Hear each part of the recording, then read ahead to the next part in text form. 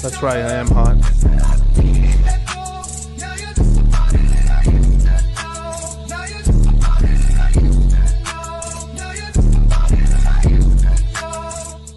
Woo! What is going on, you guys? It is Dollar Cost Crypto here, live now with the Ask Me Anything show. Once again, buy now, man. What is going on today? I'm joined by Travis. Hey guys, what's going on? What's going on? Oh boy, hey, what's going on, Travis? Mickey. I don't even know what voice that is. That was Goofy? Is that Goofy? I think that was Goofy. Yeah. Yeah, but shout out to everyone in the chat, man. What's going on? Mr. Angry Twinkie in here, man. What is going on? We have Hex down under, Jacob Smith, Goju, Gun Monk. I don't even know how to pronounce that. I get Zyklok, I guess. Krakastodites, D-Hand, CryptoCon Man. That's a great name, by the way. T-Time. I almost said T-Money. Fallout Zone. Who else we got? Paul H. And Funkmaster Hex, man. What is going on? Straight to the Mickey. That's right, you guys. Straight to the Mickey. Hopefully none in the drink. But shout out to everybody, man. This is going to be a really cool show, you guys. I kind of wanted to start the show off by talking a little bit about the title of the show, right? Ask Me Anything, buy now, right? As you know, I said this on the last show, right? That, you know, me and Charlie were, from as far as I could see in terms of the YouTube land, we're basically the only people telling people to buy, especially when we were sub $1,000 Ethereum. This was when we first hit about $16,000 on BTC. BTC really hasn't been like the real story here, even though the first major story for like the whole cycle was basically that we did go under 20K, right?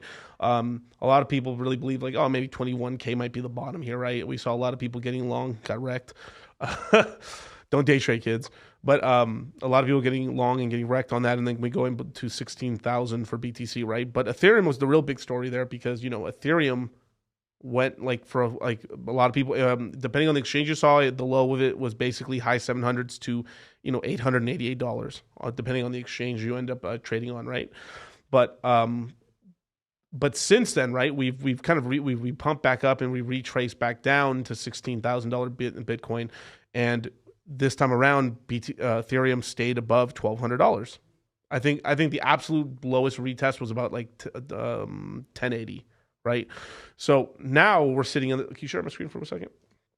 So now we're kind of sitting in this whole sort of zone right now. We're at $21,800 or $21,283, and we're at 1583 on Ethereum, right? So we're in this kind of really cool zone where like Ethereum has been super strong. Bitcoin's now finally above like its $21,000 mark and stuff, and now everyone's asking like, are we going to go up or down, right? Well, we're still at this asymmetrical zone. I believe. I mean, what the asymmetrical zone is basically this sort of zone where you're kind of locking in gains no matter what, right? So we got to think about in a 2 to 3 year time horizon, in a 2 to 3 year time horizon when it comes to the crypto space, right? Is do you think there's going to be a bull market in the next 2 to 3 years? I believe so, right? In terms of where I think we are in the market, I think we're in a 2019 year. That's where we're at right now. 2019 had a lot of ups and downs. We had the low in 2019. We also had this huge firestorm of up as well, right? So knowing that, there's ways you can position yourself of buying. You can just buy the basics. I mean, like to pick your poison, Bitcoin or Ethereum. I think Ethereum will give you much better returns this year and throughout the bull market cycle, but it's really preference. If you want to be as safe as possible, you go BTC. I think something on a show that we did, I think on Moongang the other day, me and Charlie were talking about like, somebody super chatted, you can buy Bitcoin for 10 years and just not pay attention anymore. I typically don't like that. Nothing's safe, right? And stuff like I in terms of like what's the safest thing in all of crypto, it's probably Bitcoin, right? But you can't rest on your laurels, right? You got to be paying attention to the market. So let's go to the chat real quick.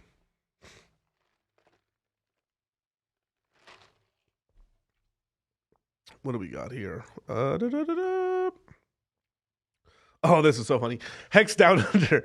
Do you think Jack Levin and Richard Hart will team up to create the best crypto community known to man? I don't think Richard Hart and Jack Levin are really going to work together much at all. And Richard Hart already created the best crypto community already. So, yeah. And I would even sure, Richard Hart created the community, but whoever. I mean, it was the Hex streamers that created the community. If we're being for real, like the community wouldn't be the way it is if it wasn't for all the Hex streamers. But without it's kind of a tail in the dog sort of situation. Who wagged who, right? But shout out to them. All right, Zach Locke, right? What's good, DCC rocket ship man? What do you think about Ethereum? Do you think that we might see another dip below 1,200 or 1,300 again? Absolutely, I do. I really believe we will. Yeah, we would definitely will.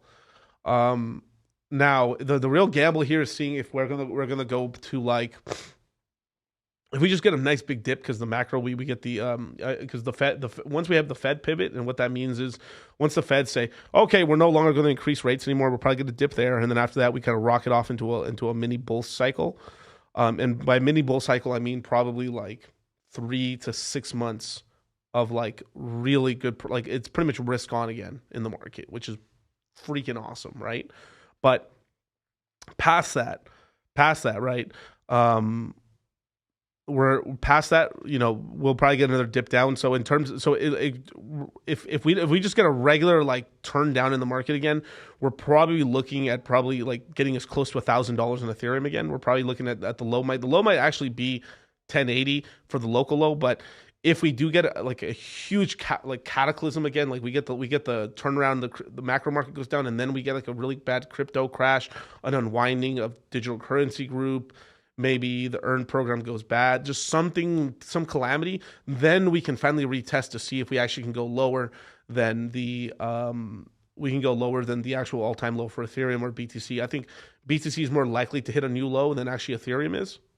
That's kind of crazy to say that. So it's like we probably at these prices we'd probably get like $800 to $700 Ethereum versus like a $14,000 Bitcoin.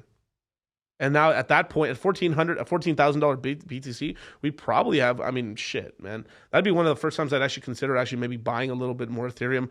If Richard Hart is still right and stuff, and we get 11K, then 11K BTC would probably see us shooting at around like $550 to $600 Ethereum. Now we would, I think, if we didn't have the Ethereum 2.0 upgrade, I think the all-time low on Ethereum would have probably been like $350, $400 or so, right? But because of that upgrade and stuff, it makes Ethereum much more resilient, and a lot more people are really gathering up Ethereum as well as you have another kind of, this is more of a, like an, if you take like a big eagle eye view in terms of the macro, in terms of crypto, you had a lot of, like in the 2017 bull and then bear market, you had a lot more projects holding their entire treasury in Ethereum instead of stables or other crypto products. And it kind of bit them in the ass, because as the prices started going, it caused a positive feedback loop when the bull market happened. Because if your ICO happened in Ethereum, and the Ethereum kept going up in price, you just keep getting richer and richer and richer, and you can get, what ends up happening is you have more money to pay developers, you can expand more, you have more advertising, a lot of cool stuff happens. But it's also the same thing on going down. So you have a negative feedback loop, because prices are going down, you have less money to pay people, and you have less money to advertise, and then and what the interest in your project, then your own token prices go down. So it's like the whole thing are kind of hand in hand. So this time around, a lot more projects were holding stables as well as other coins, right? But you had more of a diversification in terms of assets and stuff like that. So you had a lot more projects being, like, a lot of the people who were managing projects around the time, or saw what happened to the projects this time, were holding it to a lot more cash, and a lot more projects, especially on Ethereum, didn't really get hurt by this. You did see this happening to a lot of projects on L1s, because they had to do their whole learning curve. One person that didn't really get affected by this too much was maybe someone like Andre Congrier from like Phantom and the Phantom Foundation. They're one of the few kind of foundations that came out like bandits, homies, like came up, son. And I probably at some point I'll probably do a whole breakdown of their entire like spreadsheet and stuff of like what ended up happening to the Phantom Foundation's like balance sheet and stuff, because they made some money, you guys. Like, Jesus, they flipped. I think they flipped like, was it like 5 million, or like, yeah, I think it was like $5 million in assets to like well over $1 billion plus. And then obviously when you have $1 billion of tokens, even at the top, like, it's hard to like get all that liquid, but they still ended up coming out with like, I think like $200 to $300 million in stables and all kinds of yield farms. And they produce like millions of dollars a month in yield farms even now. So it's crazy, right? So there's ways to do it right, there's ways to do it wrong, but a lot of projects, obviously fumbled the ball, right? But definitely, man, great question, man. I don't know how to say this name.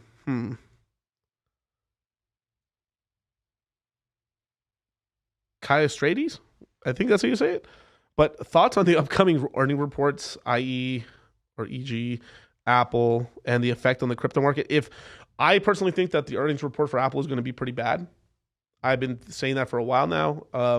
I think it should be out either in about 4 days or 7 days from now. So the Apple's earnings reports, I think basically they were having trouble supplying like iPhone 14 Maxes and Pluses and stuff like that, or I think Maxes and the Pros and stuff, and basics through supply issues through China and stuff like that. They have been transitioning their whole supply chain off, I think, to India, and there's I forgot the other country. They were kind of migrating stuff too, but they still had a majority of like their manufacturing still in China, and this kind of affected them pretty negatively with all the stuff that's going down, the lockdowns, and this kind of sweeping sort of like thing that's going, the Android 19 epidemic that's still happening in China right now.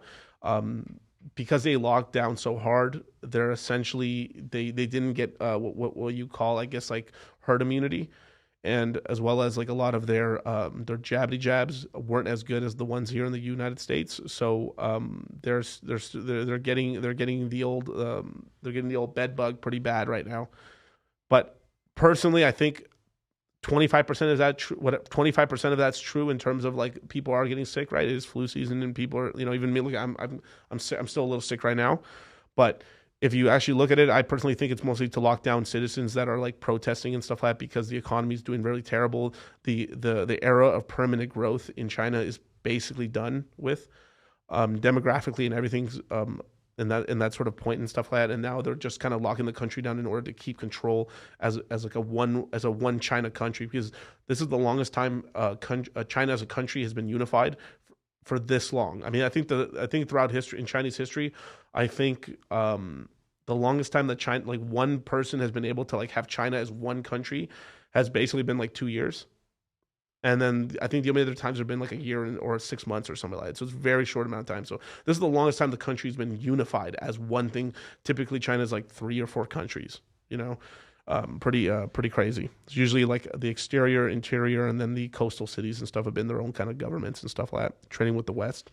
But But I think Apple, the earnings report's going to come out bad. It's really the last. I mean, it's even Apple's been starting to get beat up now and stuff of what's been going on in the Nasdaq and stuff, and it's really like the last of the fangs still holding up. Once that earnings report's going to come down, I mean, the stock could go down, and I think it's going to set off a little bit of a dip in the Nasdaq for the technology stocks. Most other stocks I think have pretty much bottomed already in terms of besides in tech, right? I think tech still has more because the evaluations were so high that it's still coming down. But the rest of the stock market had already been pretty beat up already. So I think the rest of the market's pretty much bottomed out in terms of regular stocks. But a lot of the hype stocks as well as the tech stocks still have a ways to come down personally, as well as the only other sector I think that's going to keep coming down as people start realizing is going to be real estate, the REITs, and a lot of these are going to also come down as well. I had a student of mine bring up a sort of a thing of like Dave Ramsey's been saying that the real estate market's not really going to crash down anymore because there's not enough supply coming out. There's a huge amount of demand and not enough supply, but there is supply. So all the real estate's owned by boomers, and if they're retiring, you may have people think that a lot of boomers are like really rich, like they are the richest generation overall, right? And of course, the 1%ers of that generation are loaded, right? But like everything, right? Like it's a Pareto principle, right? Like 20% are cunts, 20%, 80% are good people, right? It's just like normal. Like most people are not terrible people, right? Now, most people like they didn't save up for retirement just enough, or they just have barely enough to retire, and they have one house. One thing that people do in order to make sure that they hit the retirement goals is they sell their house and move to a cheaper area, buy another house, and this releases supply. So I think over the next 2 to 3 years, we're going to see a lot of baby boomers kind of rejiggering their whole lifestyle. Some of them are moving down to Florida. I think one of the reasons Florida's real estate now we are seeing a net migration from a lot of the horrible, filthy, and also very cold, wet cities on the East Coast migrating down to Florida, right? It's not always Miami, but it's a lot of Florida, right? Just because the weather's really nice, and when you're old, man, like that nice weather feels good on the knees and the back and stuff like that. It's always warm and hot. You literally, like the coldest day in Florida, you're wearing a t-shirt, bros. Trust. So all that net migration's adding to like keep up the Florida prices. Another thing people aren't even thinking about is, well, what happens when you retire? Like, fuck, a lot of them want to move to Florida. I know it's sort of like a not a stereotype. You know what I'm talking about, Travis? It's not a stereotype, but it's like a common saying. Like it's like, oh, I'm like old people just move to Florida, that sort of thing, right? Like it's a trope. Yeah, like a trope. There we go. It's a trope. But it's kind of based in for reality as well. You know, a lot of people are probably selling their houses somewhere on the East Coast, middle of the country, maybe the East Coast, and this is creating an extra supply and glut. And then this and on a time when everyone's retiring, the market's down, and we have raising rates and stuff like that. So a lot of them are probably, for them, they're selling the top comparatively, right? Because they bought their houses 70s, 80s, 90s. I mean, you just look at the prices from there. I mean, like my parents bought their houses in like early 2000s, and they're up like 5x right now in their house. So like, can you imagine someone that bought their house in the 90s or the 70s or the 80s? Up big, bros. Up big. You know, you're up 10 to 15 times on your house. And that's on a stable asset, right? Like a house. So they're still selling the top stuff. So, and the thing is too, like at the same time, I kind of understand it too. Like I get it. Like you need, like I'm not talking about the really rich person that's a boomer or something like. I'm talking about for the regular person. They need to make sure they need to take care of themselves, and they like maybe the best move for them is just a lot of things that happen too when someone gets really old. Like they sell their house off and take that money to pay for the retirement home to take care of them because the family can't and stuff. So man, dude, the funeral business, the retirement home business, the adult diaper business, basically all the services that has to do with old people are booming, son. Hit me, Pepe, man.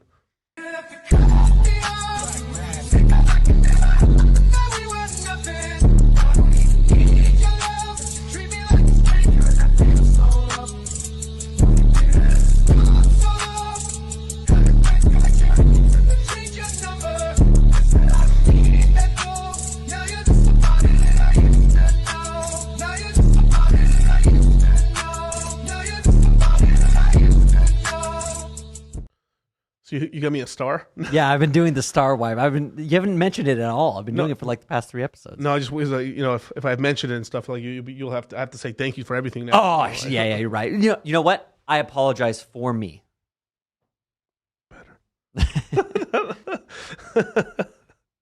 But anyway, that's a great question, dude. So yeah, so I think that'll and in fact on the effect, and then I'm going to come back to the effect on the crypto market.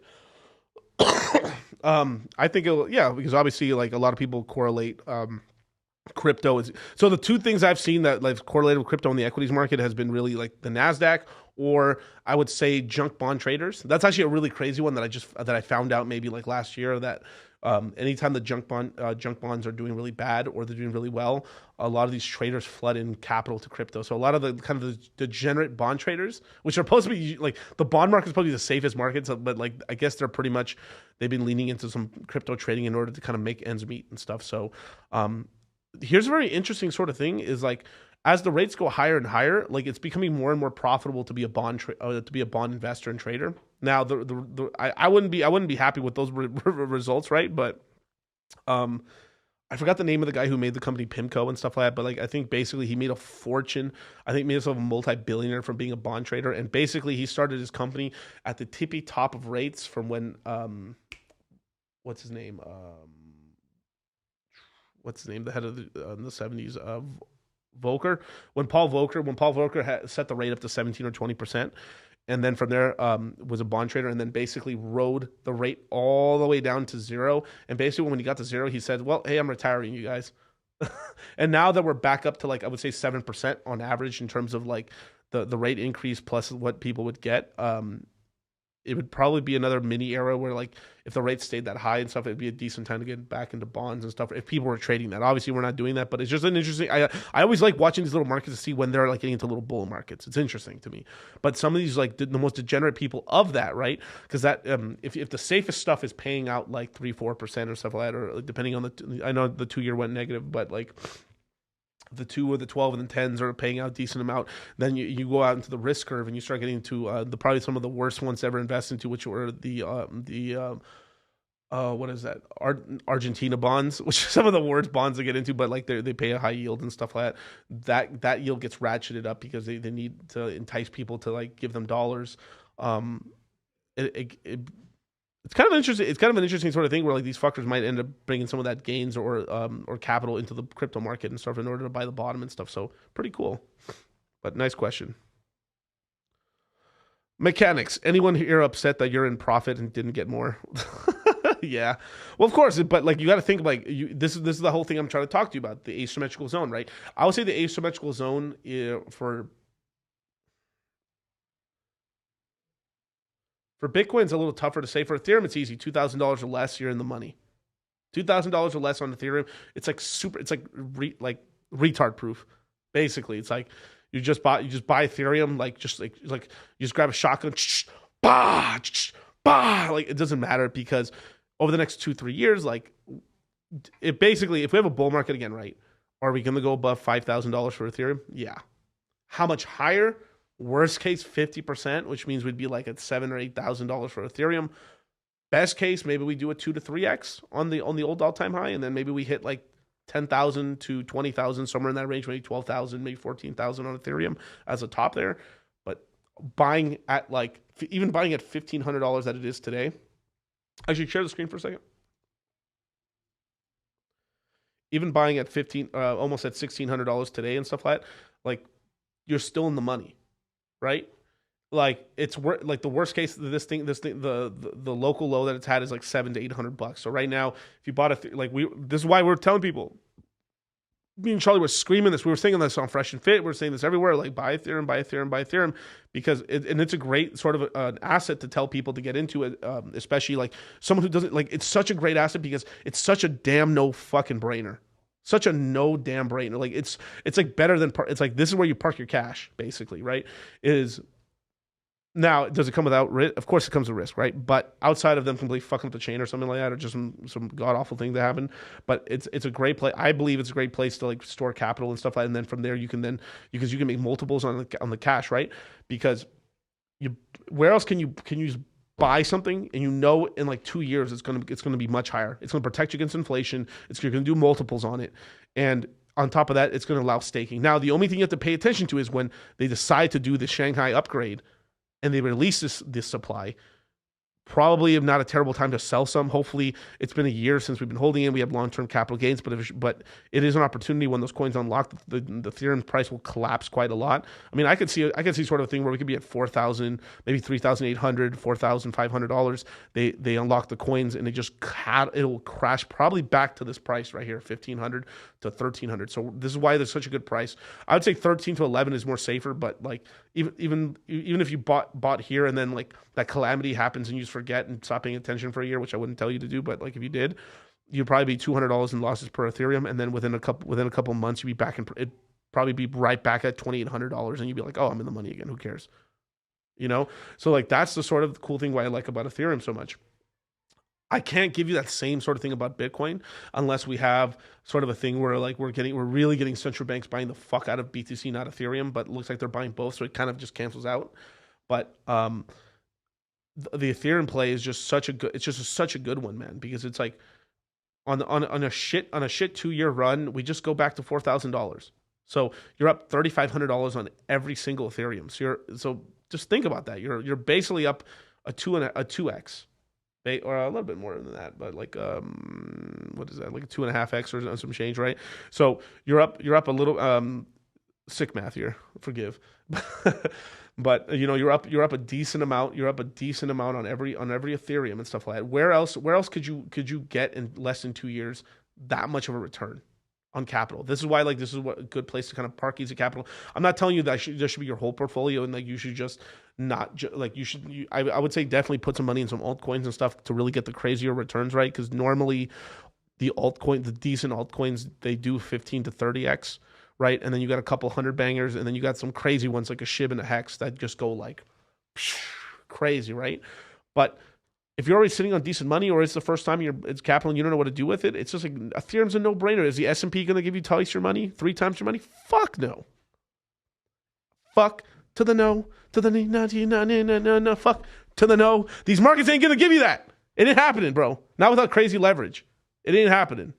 But Ethereum will. And there's Ethereum, and this is why like we keep saying this, harping it, like Ethereum and like Bitcoin are like the gateway drugs into crypto.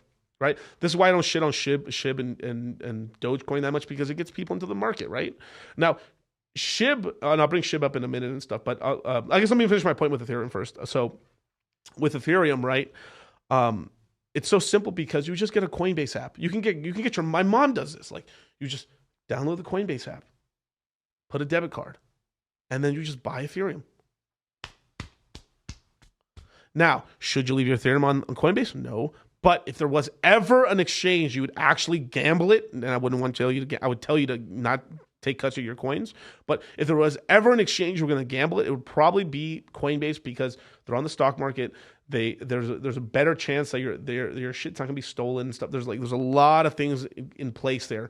It's also, the exchange has been around since 2013. It's been around a long time. It's pretty trusted. It's my main exchange myself personally. Do I leave money there? No.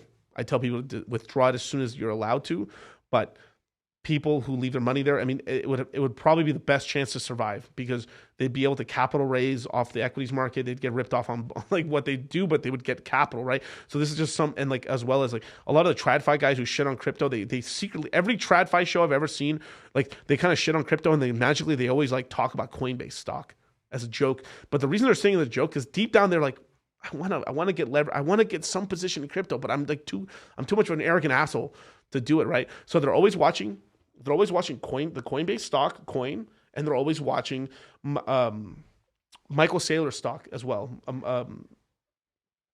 What's it called? I think what's the name of it? Micro something. MicroStrategies. Yeah, MicroStrategies, right? So they're always watching those two stocks, because MicroStrategies is very much a levered play on BTC, and Coin's more of a levered play on the rest of the crypto market, right? And at some point it's going to turn around, right? Because the longer, like, I think Coinbase is a really good brand and stuff. I like that exchange quite a lot. I always recommend it. It's the most easiest way to kind of onboard yourself into crypto. It's banked by JP Morgan and stuff like that. So a person have a JP Morgan account and stuff like that, they typically don't ever have a problem when it comes to onboarding capital and stuff. So it's all about usability. It works on a phone. People can understand it, and it works, right? Now, that's why I like it, because you can get people in very quickly. Then from there, once they've been in a year or 2 years, and then like they see the gains, usually they'll buy. If you get them to buy now, a year, 2 years from now, they're going to look back and it's like, wow, look at all this money. Holy fuck, this shit's so much. And then that's when we'll start paying attention. But then this is the hard part, is that it's like not a little too late, but it's more like, fuck. Like they got interest, like they saw the money now and they're like, damn, now they're interested. But now the bull market's already really started. And now that the bull market's really started, now they want to speculate and where it's really dangerous, right? So that's kind of like, so you have to like, I mean, this is where a little management of family or whatever you guys end up doing or yourselves, where you have to like have control and decide like, okay, this money I'm speculating with, this money, it's time to pull some capital out, right? Maybe the parents put in 10 G's and now it's like 40 G's. Take 25,000 out for them. Take 30,000 out for them. Put it in the bank. Who the fuck doesn't need 30 G's in the bank? I don't know about you, man. Inflation's been terrible, right? Eggs are $1, bro. Gasoline, things are getting expensive, right? But it hasn't really been eggs, man. Like I actually had a consultation with someone last night who runs a chain of gas stations and all kinds of different other types of stores and stuff like that. A lot of like convenience stores where like they know the prices of products from 3 years ago to now, and it's just been like crazy. It's like the only thing that hasn't gone up is really just the lottery prices, basically, is what he told me. But how much more? I mean, he was like saying in some places you get a tall can of Red Bull, which used to be like $3. It's like almost $7 in some stores. You know what I'm saying? It's like prices have gone that outlandish. So it's usually the kind of it's not the stuff they track. It's always the other extra stuff or a little bit of the conveniences that end up just ratcheting up to the kind of a crazy point. And of course, rent as well. So yeah, you can take it down.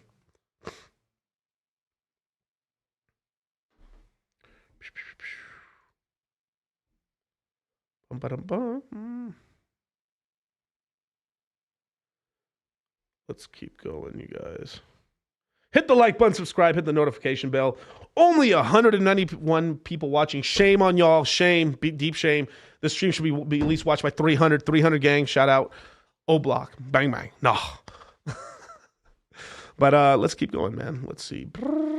If you get one friend to watch the video and they get one friend to watch the video, then you have this pyramid of people just watching videos. Profit, right? Profit, yeah. Profit. Yeah. You watch a show, you got a friend to watch a show. Step 3. Step 4, profit. Step 4, profit. Right. Finish the owl. Right. Speaking of profit, give me 1 second. Let me just find it. Where did I leave it? I think I need to turn the mouse sensitivity off down just one more level, but I'll do it later. But share my screen. But you guys, sign up to the Citadel, you guys. Full screen me, please. The Citadel. The way you save yourself from being a fucking pleb. Shout out to the Citadel. It's $100 a month. It is a awesome Telegram group that's also expanding out in the future. We got special updates and stuff for the Citadel. We're going to be doing we have a whole rollout for the Citadel. It's going to be the main place where you're going to be able to buy the merchandise first. I saw somebody earlier asked about the merchandise. We are still working on that right now. I'm working out on the materials in terms of, because I really want to get something the shirt I'm wearing right now is sort of like a test for what I'm doing. I'm testing out hoodies as well as like regular long sleeve shirts. I'm probably not going to do a short sleeve, maybe initially, but it's going to be a lot of cool stuff. There's going to be a Pepe copter on it. It's going to be sick, you guys. But the Citadel Telegram access is a really cool thing. It's $100 a month. You get access to a crazy cool Telegram chat. We're about almost 400 people right now. It's a place where we talk to each other and stuff like that. A lot of alpha drops in there. Camaraderie, great place to ask questions. It is, especially for a lot of people who missed out on the crypto mindset course. We will not have another crypto mindset course until March or April of this year. So we're still in January. So it's still a ways away. So it's a great place to be in there to kind of like, stay in the loop and stuff. Some people may have like been able to just missed out because of time and stuff. It's a great way to how to keep in line in chat and stuff. And then that's the main central point of the Moongang. Also, every week you get a newsletter that gives you a report on fundamentals, on-chain analytics, TA, some of the biggest crypto news out there in the world, as well as a lot of memes, as well as like a list of coins that we're kind of still tracking and stuff like that, and kind of our ideas and kind of quotes on that. So we release that every Monday, as well as you also get the backlog of that as well. We're also working on some really cool stuff. We're going to be doing a lot more private AMA calls where you get to ask us a lot of juicy questions and stuff, and we're doing non-recorded as well as soon recorded versions of that for people who are missing out on it and stuff. So a lot of cool sort of stuff like that. We're also working out on some flash webinars for the guys in the Citadel. It is a cool way to just stay in top and stay in the loop and stuff. It's also a way to kind of get a more deeper connection to us. If you guys need to want to ask some personal questions or stuff like that, it's in there. We also are like always planning to do meetups and stuff. Like one thing that we're planning to do very soon is the Crypto Mindset meetup, which is going to happen. It's looking like it's going to be in March. The Crypto Mindset meetup, and we're going to be selling tickets to the the guys in the Citadel. We make no profit off of any of these meetups. It's mostly just to cover costs and for us just to have a fun time. Any leftover money, we just spend it on the cruise when we're out there drinking, having fun and stuff like that. And it's a blast. It's going to be a huge party. We're probably thinking 200 to 300 people are going to be there. And the event's going to be sick. The last one we did, you can ask anyone who went to the last Crypto Mindset meetup. It was freaking crazy. We did it in Vegas. This next one's also going to be in Vegas, but the last event we did it from a 3-story mansion. We had bartenders on every stage. We had people swinging from like the tight ropes. We had games. I mean, from blackjack to poker to craps. We had mermaids in the pool. We had anything you could think of. We just about had it and stuff. Catering, water, food, dance, DJs. It was a crazy cool party and stuff like that.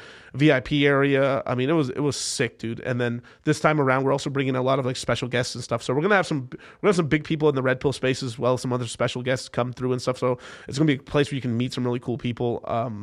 We're gonna secure a lot of special guests for the party as well. So it's gonna be sick, as well as there's just more. I just keep going. There's just more and more stuff. It's crazy. For every month that you're in the Citadel, you get 50%. You get $50 off each. For each month that you're in the Citadel, you get $50 off of every month you're in the course. I mean, you're inside of the Citadel. You get $50 off for every month you're in. So imagine this: you're in the Citadel now, and the course is in 3 months. In 3 months, you would get $150 off the next Crypto Mindset course. And if you pay the Crypto Mindset course in crypto, another 15% off, another $150 off. So you get $300 off the next Crypto Mindset course. So it's a great way to kind of make the course cheaper for yourself, to kind of get in. And also paying attention, because like, it's another way just like, oh shit, like, oh yeah, because a lot of people always it's not because they don't want to get in, it's because like they just forget. They're like, oh crap, I didn't know what was going on. And it's a great way to kind of pay attention and stuff like that. We tell people you have to pay attention. And this is the time right now. This next year is going to be it's the easy money, you guys. This is the easy money. Buy now. Like, it doesn't feel easy, but I'm telling you, this is where the easy gains are made. The easy gains are made right now in this asymmetrical zone. This is why you got a DCA. You got a DCA right now. This is why I've been saying for a while. If you're going to DCA, right? Let's just say you're doing $1,000 a month in crypto right now. 500 should go into stables. That's USDC, and 500 should be going to your crypto, regardless of what you think of the price. Just buy, because if you're not flexing that DCA muscle, you're not going to have the balls to really purchase when the price goes down. Maybe this next time when the price crashes to like $1,100 on Ethereum or something like that, or Hex goes down to a penny or something like that, or maybe it goes 2 cents flat, or your favorite altcoin, maybe SHIB goes to this level, maybe this goes to that, maybe XRP hits to this, then you have the capital to really purchase heavy. And then what'll happen is 2 years later, you'll be thinking to yourself like, man, that was a smart ass motherfucker I was smart because I bought. Well, if you don't look, a lot of the time, right, we're in this life, and we're in this kind of like, we're around this negative loop of just people that are just negative. Like, even though they care, like some of these people are your own family and you care about them and they care about you, but they don't understand that they're being kind of negative against you and your dreams, and you aren't able to really capitalize on what you want to do with your life. So sometimes you just can't escape those. You can't escape that because of certain situations, right? So you are the average of the 5 people you hang around with, but there's a way out of the matrix. There's a way into the matrix or out of the matrix. It is YouTube, right?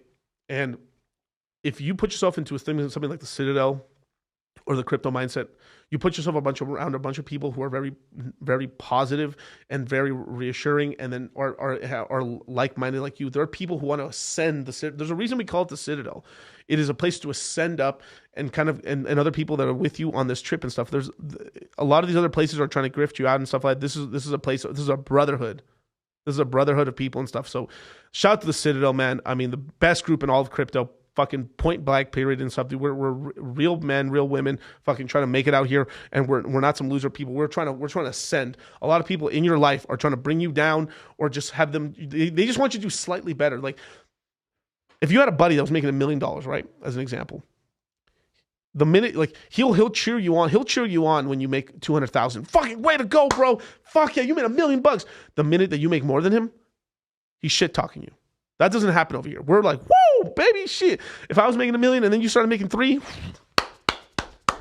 now I got a homie that's making 3. Now we got more moves. Your network is your net worth, right? And we're around a bunch of future millionaires and multimillionaires that are in the chat and stuff. So definitely, man, sign up to the Citadel. Hit a Pepe on that. That was beautiful.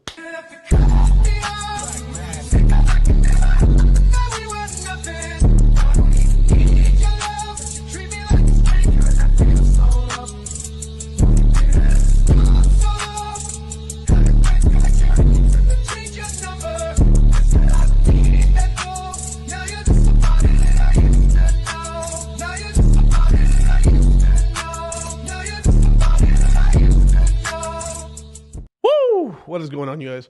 So, I just saw somebody's like, how do I keep missing these live streams? Down bad, bro. You're just down bad, bro.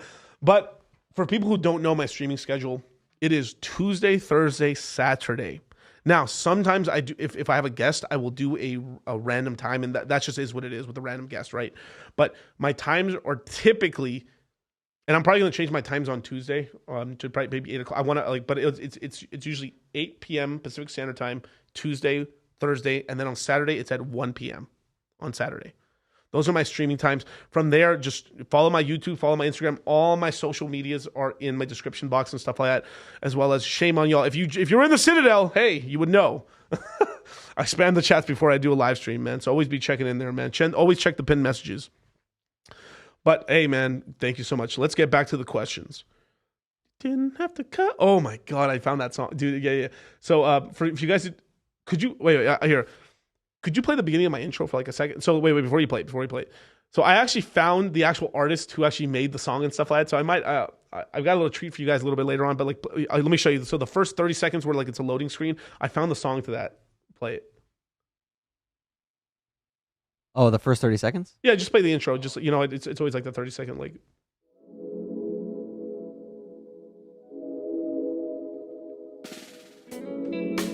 Very peaceful. Oh, very.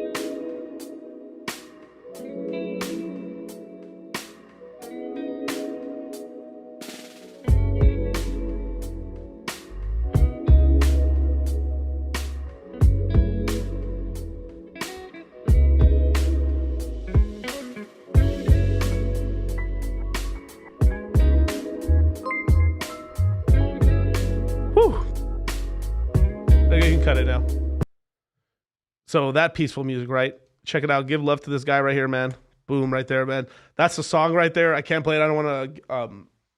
But it's freaking great. It's such a random song, but it's pretty sick, man. Best intro in the game. You damn right, bro. I know how to make them, right? But let's get back to the questions, you guys. Didn't have to cut me off, dude. This caffeine's hitting me right now, man. Sheesh. It's going to be a crazy stream. Let's see. Where do we go?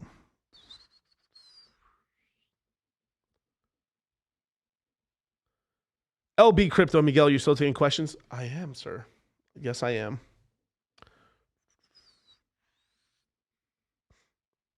Yeah, but the questions are like 10 minutes long. Hey! All right. I'll be fine with that. Going hard for Phantom. Yeah, mechanics. Going hard on the Phantom. Dude, wait for the Phantom ecosystem stream I'm going to do. Just wait. It's coming. I'm not telling you it's coming in a week, dude, but in a 1 or 2 weeks, I'm gonna come out with a Phantom stream. It's gonna be sick, you guys. Like, I love the Phantom ecosystem. It's one of my favorite ecosystems in terms of L1s. I really feel that they're at the cusp of technology and stuff like that, and it's one of the other L1s that actually has a real community and it's going to survive. So I made some pretty big bets in the Phantom ecosystem during this last dip when shit got really low. I bought a plethora of coins, tons of coins, man, and I bought a lot of coins under $10 million in market cap. So there you go.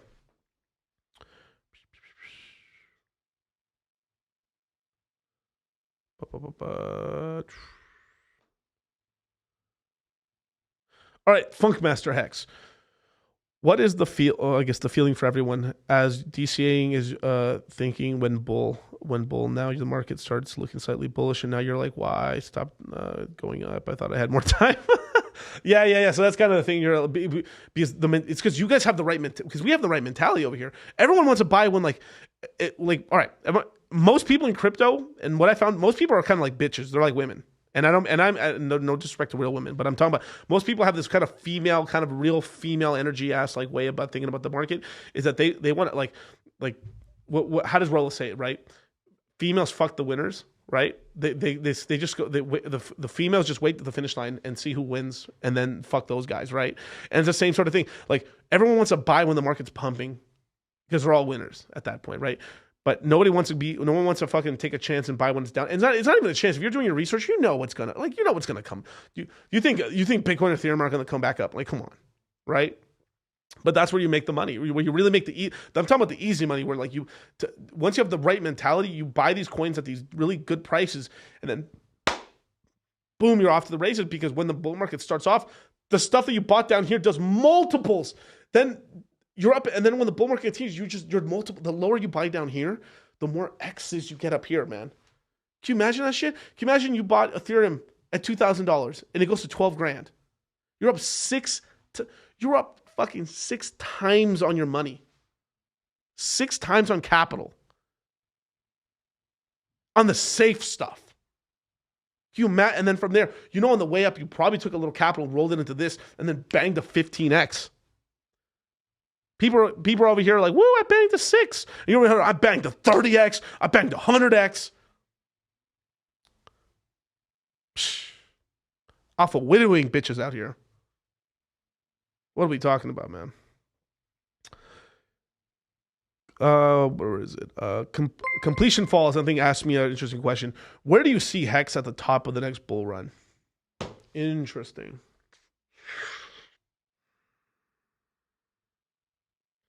A shitty all-time high would be $2. I think more than likely the all-time high that I personally believe will probably hit would be like $5.56. That'd be 100,000x on the Hex price from the all-time low that happened in the 2020 low. Now, where could it the most? Now, don't take this grain of salt because there's some fucking trolls and some people even in the red pill space. Everybody's saying, "Look at this stupid shit Miguel's saying" and stuff like that. Right, bro? I've been more right than I've been wrong. And that's facts. But if I were to say like what's like the crazy moon math, like oh my god, it's like very low chance it's gonna hit. But if it hits, I ain't gonna be like it's sort of this whole thing. The beautiful thing with crypto, right? If you set a goal for what your crypto hits and then it exceeds your goal, it's like oh my god, I'm such a fucking loser. I said the coin's gonna go to $5 and it went to $25. I'm such a loser. I guess I'll just wipe my tears with fucking $100 bills. I guess. That's kind of the beauty. If you're wrong, but the price keeps going up, are you really wrong? If there's ever a wrong, right, it's the wrong where you get richer, right, Travis? So imagine you had you said, oh man, this thing's never going to go past this, and then it goes way past that, and like, oh, I feel stupid, but then you've tripled your money from there. Are you really mad? You know what I'm saying? It's like failing upwards. Yeah. Yeah, when you buy during the growth. Yeah, with the growth phase and stuff. Yeah, it's just like, just remember, just take some. You have to take profits along the way, though. Once you get really up in those crazy, you got to take some money off the table at the very least. Principal. Now, sometimes you're in some coins and you don't get the opportunity, but tis crypto. But if you're special, we're here for the whole ride, man. Like we just hit 2018. 2018 was this, and now we're in 2019, and now we've hit this part where like we're getting a little up now. We're probably pumping a little bit up, right?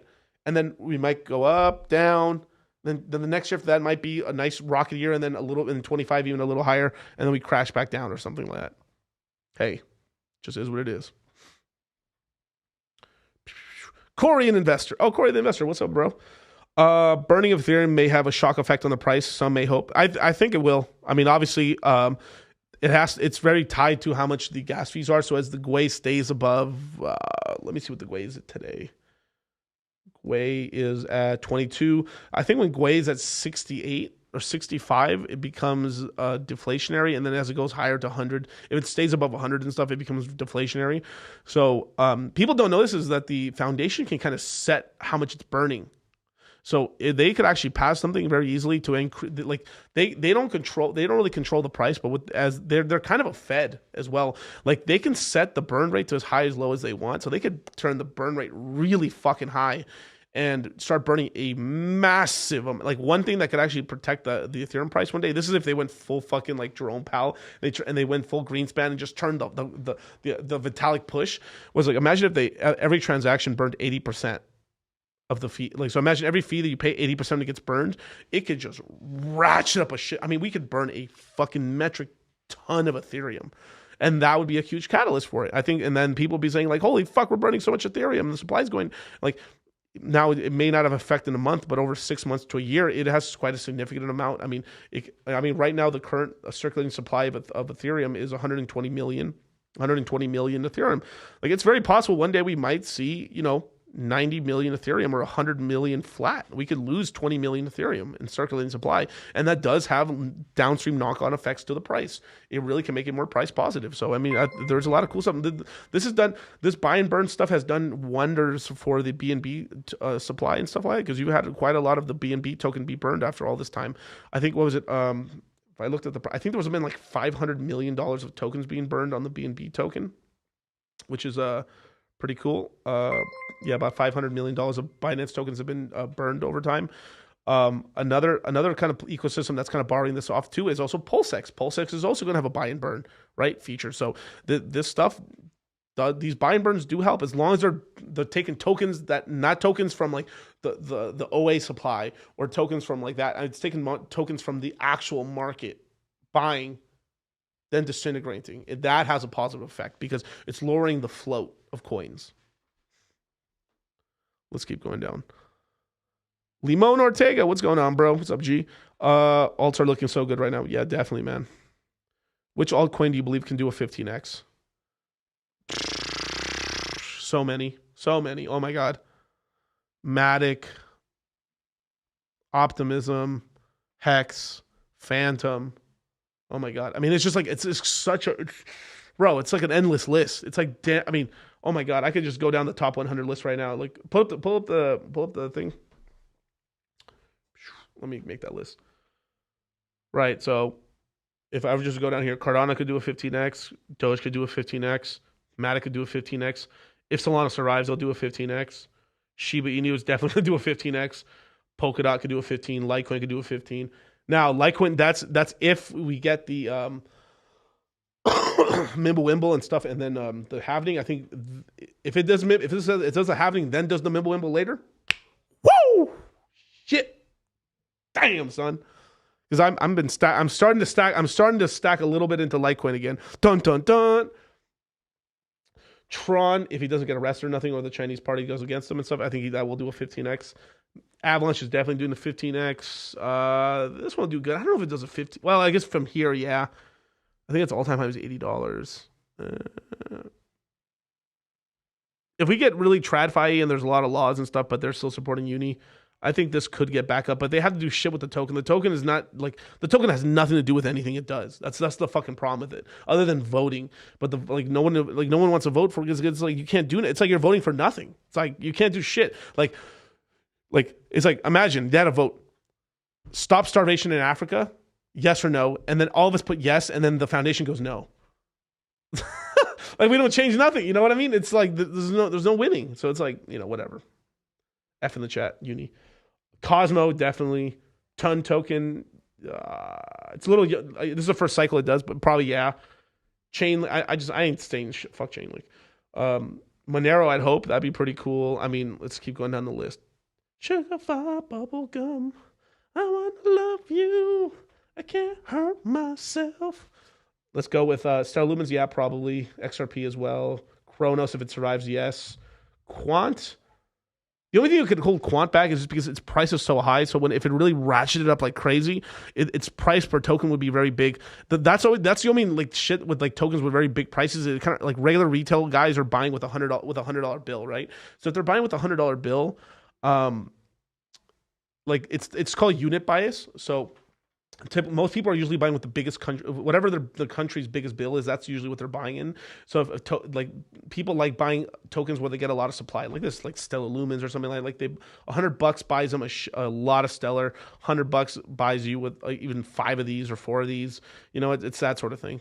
Near protocol, yeah, I'd probably do a 15x plus. ApeCoin, if it doesn't get sued to death, it'll go up. Lido, it'll go up with Ethereum, probably even a little bit for a bit. So there's probably a 15 plus banger. I mean, dude, it's just endless. It's like endless 15x's, bro. It's like just throw a fucking dart, man. Like shit, dude. Like look at all this. Like it's bros. I fucking love this game, man. You can take the screen down. Like I love this game, dude. I love this game. It's like endless fucking shoo. Damn, son. It's endless, man. And you want to play in stocks. You know, if I put all my savings in an S&P 500 and it gains 7% per year, I'll get a 2x in freaking 15,000 years. When this bull market gets stopped, man, like fucking Pimp Chad DCC, when the bull market starts up again, man, I don't get out of bed for a 2x. I don't get out of bed for a 3x. We're talking 15, 30 bangers, bros. What are we talking about? Shish! Pepe, baby.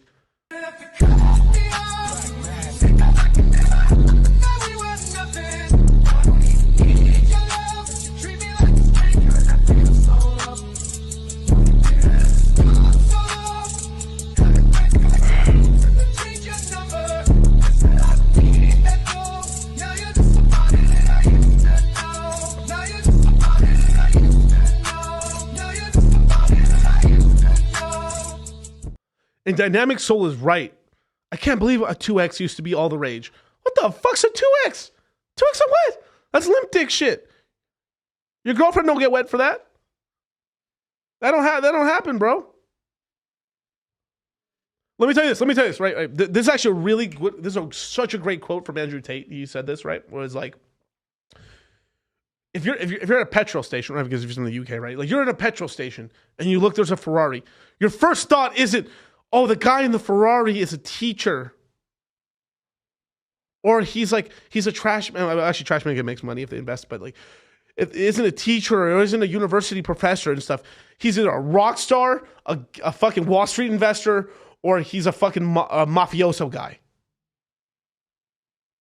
Well, I ain't doing the other three, but like, man, well, Ray Rockstar, but we're an investor, right? It's a crypto guy, right? This last time when we were in Miami, right? When it was NFT guys and crypto guys in the clubs, like controlling everything. Not the drug dealers, not anybody, not the scourge of societies. Shish, you see what I'm saying? King of Jacks, man, this is DCC in the bull market, man. You didn't see me in my prime. In my prime, woo! Forget about it, man. When this bull market starts, man, you guys haven't seen Miguel anymore. Woo! Don Lito, Lord Presidito, man. Damn. Free Top G, that's right. Damn, man. Yeah, K Crypto, this is Miguel in normal state. Yeah. Dude, I cannot wait to go back to the gym, dude. I've not been going to the gym because of this perpetual like cold I've been having, but like, man.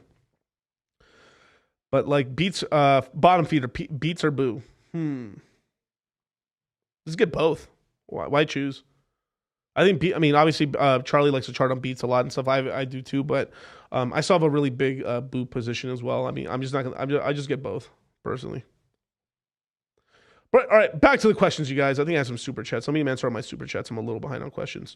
Myron Jr. Thoughts and predictions for Hex.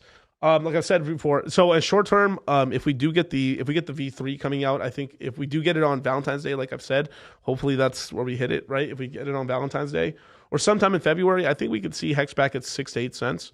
If we don't get the V3 coming out, and if we get nothing for like 2-3 months, and we're heading back down to like, 1.8 cents to like we'd probably hit 1.3 cents. The tragedy, the sadness would hit us again. But as long as we get the V3 in there, we'd get a nice pump like that. In worst case, we'd probably just be chilling back at the 4 cent range at the worst case. So it's like pretty good. Now, if we were to get Snapshot and everything else, and I think if Pulse Chain was about to launch, we'd be back at 18 cents again. A shitty pump would be at 11, 13. But at these prices, man, we complaining that shit, we take what we can get, man. So, But in terms of all-time highs, I think for the cycle, I think $2 to $5 is the range. If we overperform and we, it'd be like 18 to 25 bucks. But like, I'm not holding my breath on those prices. But if we hit it,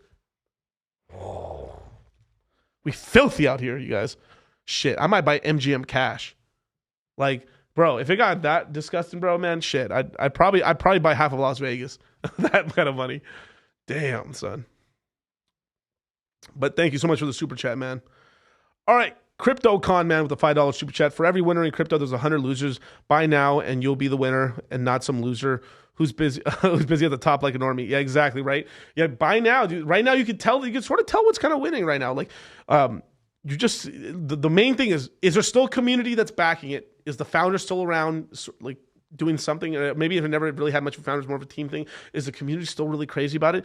Remember, L7 loser, the box, right? What's the most important point of the box? It's the community. Something like Dogecoin. Dogecoin doesn't have a fucking leader, right? Now you could say Elon Musk, but like realistically, it survived through its community. If it has a big community and then it has a founder as well, or a big market leader guy like that, like it does. Look what happened. You had Elon Musk and then a huge community. It went to crazy prices. Right? This is kind of the power of it and stuff. This is why I bet so much on the Hex ecosystem and stuff like that. But like, this is why I always bet on community. And then this is why I bet so much on the Phantom ecosystems and a couple other ecosystems, because I see there's really like users of these products. So yeah, let's keep going. Looks for danger. You guys made me money. How dare you? That's funny. Shout out. Thanks, bro. Okay. DSG, man, with the Australian, I'm guessing $8. If you want just the moon math, you haven't learned much from the great DCC. Pick good coins, stake, yield, earn, and wait. Patience will get you the X's in time. That's correct. That is correct, dude. That's right. Pick the good coins, stake them. Now, don't chase yield, my son.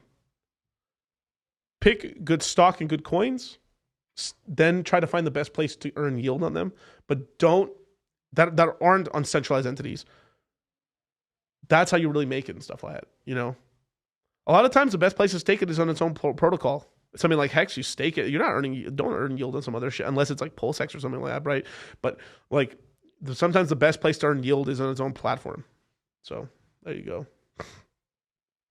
Let's keep going down. Any more super chats? I think I missed one. A-Rod Crypto, what's going on? Hey, DCC, can you look into Kusama? Good time to DCA? Sure. Let's look at the Kusama for a second. You share my screen?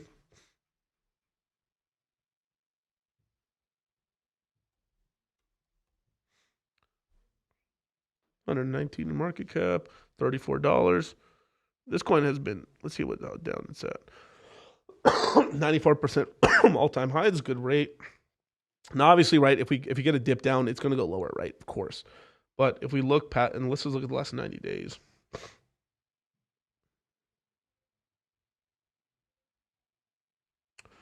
So if you want to start a light DCA, I think that'd be fine. But I think as long as you catch it in the 20s, I think that's a better range to DCA. Depends how much of a dip we get down. Maybe if we only go down to like 18,000 on BTC or something like that, on some bad news, or maybe if we go back to 16,000 again, basically picking this up somewhere at like at $24, $26 is really the best range for Kusama. Damn, it went to 22 for a second, I think, or 21 for a second. But that's where I'd start the DCA. But if you have none, it's not a terrible place to start. I mean, now some people are saying like, you know, DOT and stuff, but DOT's cool as well. But I made more money on Kusama personally than I did DOT. But this time around, a lot of its ecosystem has come out. It's even much mature. This is actually such a great price for DOT as well. Like I remember, like the lowest price I've ever got DOT is $3, right? So it's $6. The average price most people bought into, especially in the courses and stuff, were like $3 to $5, $6. So it went up to I think $40 or so. So this is even a great price for DOT. But if you're looking at it like relative to this and this, like actually, I'm sorry. Let me go back actually. Yeah, this is slightly doing a bit better. So Kusama's down a little bit more, but Kusama's ecosystem has also been around just as long and is doing a lot of stuff. So either one is pretty good. I mean, I'd probably get a little of both and stuff. But if you already have DOT already, then Kusama isn't. This is still not a terrible purchase. Like when Kusama gets raging, bro, it goes to like $300+. So it's like if it goes to $300+, that's almost a fucking 10x right there, man.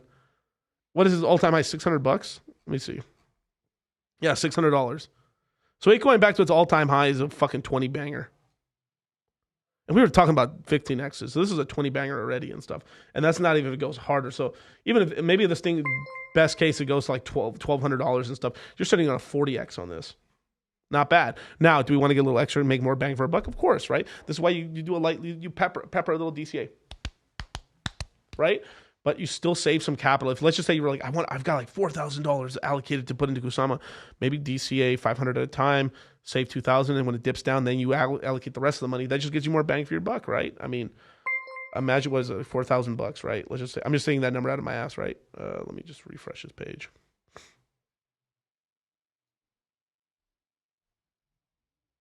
That's 116 Kusama. Maybe by DCA, like laddering your DCAs of that capital you want to put into it, maybe you might get 210. 210, right? So if we do some math, right, let's just say as an example, that means I got you an extra 80 Kusama because of doing that ladder DCA, right? That's, now this is moon math, so please hold your tits. But like, let's say that 80 extra Kusama that you were able to get because, you started the DCA there, you didn't go all in, and then it went lower, and then you bought some more down there. That got you an extra 80 Kusama, so that's 2,000. That's $2,755. Let's just say it does go to all-time highs again, and you sell it there, and that's a 20x. That got you an extra $55,000 of profit, not including the other coins you have there. If you're including the full coins, right? Let's put. Now this is full moon math, so please take that with a grain of salt, my guys. Jeez, right? But.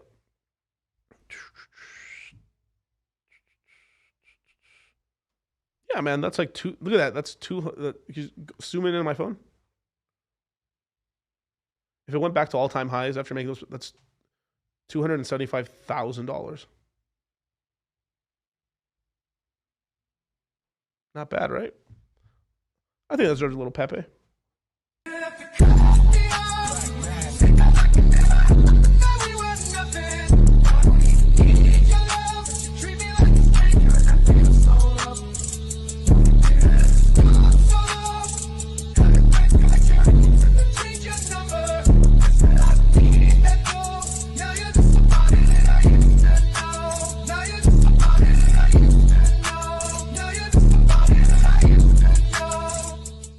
Sheesh. There we go, man. Okay. Demo more bucks with the $10 super chat. What are your opinions on how reliable yield will be in crypto after this next bull market? Can liquidity pools be better alternative for passive income and live off them than dividends? I don't think yield is going away, obviously. There's going to be more, obviously the market's bigger, it's going to have more liquidity, it's going to be deeper and deeper pools, right? Even during a bear market.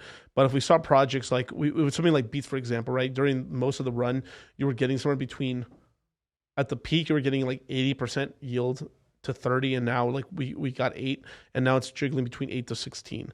So depending on how, like, I think staking coins is the best. I think liquidity providing is probably not the best place to do it unless you are getting an extra yield. If you're just like trying to get money off of just the fees between there, I think it's not that great. Some people can do it. There's ways to optimize it with V3 Uniswap, where you can set the price ranges of where you're making money, so you can really optimize where you're making more fees.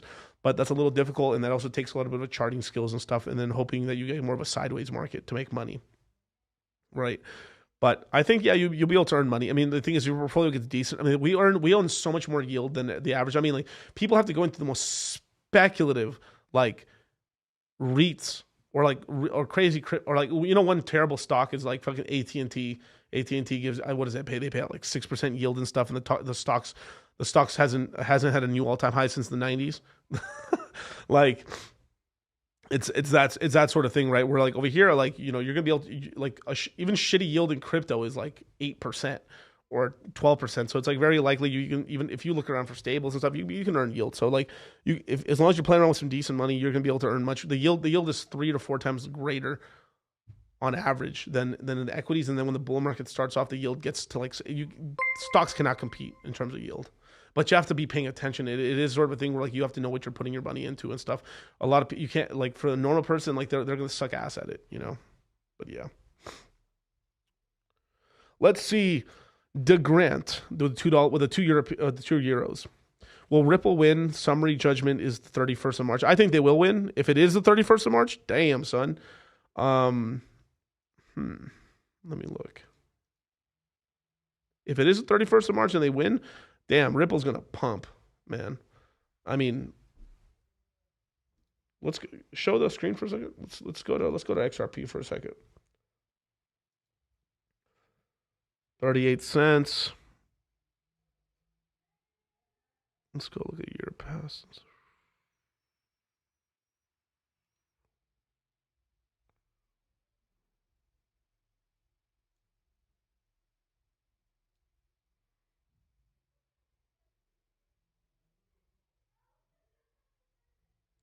Yeah.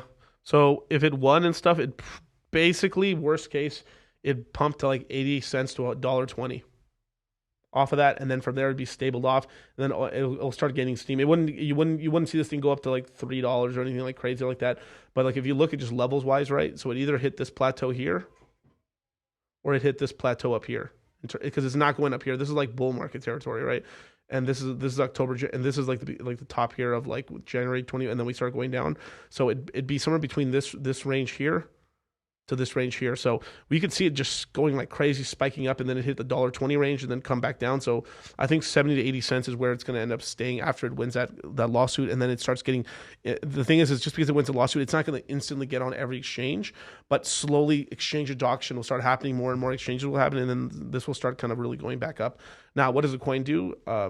It facilitates transactions between countries, and it's basically another SWIFT system, but, they're kind of been working, I think personally, they've been working a little too close with the BRICS countries and China and stuff like that. They've been working a lot with Asia and stuff like that. So if they did lose the verdict, it'd probably be politically, it'd probably be because of some bullshit of them allying too much with China and stuff like that, and Asian countries to make a SWIFT system to supersede the dollar. I mean, you've actually recently had Saudi Arabia accepting other currencies finally for oil. But we'll see how that'll work out for them. Who knows? That's not a good move for them. But you can take the screen down.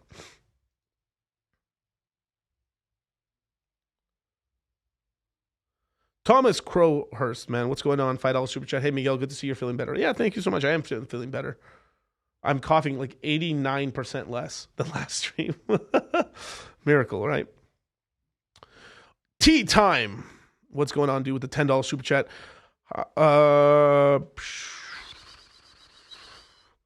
How'd you like the little Steve Hexagon video I sent you? I haven't seen it, dude. I'm sorry. My bad. I mean, where did you send it to me? On Twitter? I'm literally not seeing it. Well,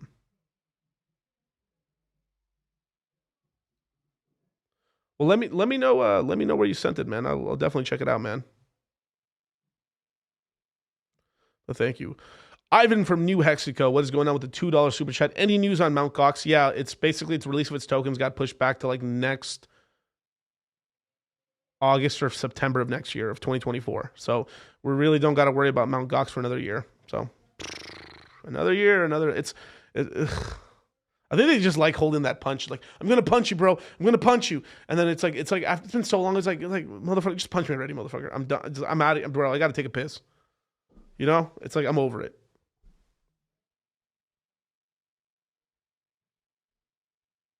And boom, we've caught up to the live streams. Nice.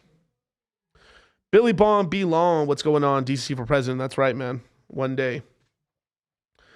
Happy Silver, can you make some content for Spanish? I might try it out one day. I might try a Spanish stream. But I'll probably have to have another Spanish guest with me and stuff like that. I've actually been thinking about, shout out to my boy, Crypto Boogie. He's actually been playing around with making a Spanish channel. So I might if we do a Spanish show, I might end up doing a show with that guy and stuff like that. Shout out to my boy.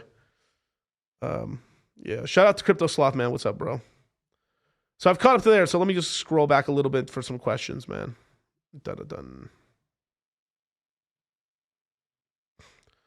Baron Von Crypto, serious question. Miguel and Charlie will take over crypto. Start your own decentralized or decentralized exchange. Run crypto like a Citadel for all. Definitely. I mean, I think Charlie said he doesn't really want to do that himself, but I mean, I personally would do it myself. I'd probably make more centralized exchange and then probably decentralized exchange from there. I think it's easier to start a centralized exchange. I mean, technically it's easier to start a decentralized exchange. The problem is that you can get into some big trouble and stuff like that. So it's like, I'd probably start a centralized exchange and then kind of go from there. But it's on the table. I mean, like, if I can do it, I'll do it. You know, but I just have to do it right and structure right where I wouldn't get in trouble, because that's the main thing. Like, I don't want, who doesn't want to go to jail. Hex Hodler, what's up, DCC? In your opinion, which one is best holding before Pulse launch for trading, swapping Pulse Hex or USDC? Well, probably Hex, because you make more multiples on it if you buy these low prices. But USDC, I think the copy for USDC is going to be worthless basically on Pulse chain. I don't think it's going to hold much value. More or less, the stable coin that's going to hold the most value is probably going to be the Liquid Loans stable coin, or maybe some sort of fiat one if they make one, or famous one, something like that. Crypto Cat Doge. Hey DCC, okay. What do you think about making money in smaller 90-day ICOSA stakes than compounding the yield to capture more of this inflationary period? Yeah, sure. I mean, basically, because there's no real difference between the big stake and the long stake. It's just the time. There is a case for maybe compounding more, doing that. So 90-day stakes or shorter, I think would probably end up working out for you. Yeah, I think that's a great strategy. But it's more of a strategy for smaller wallets and stuff, because as you get bigger and bigger, it just becomes a headache of just how many wallets. You'd have to create a bunch of wallets, But if you're willing to do the work, you can get the yield. So yeah.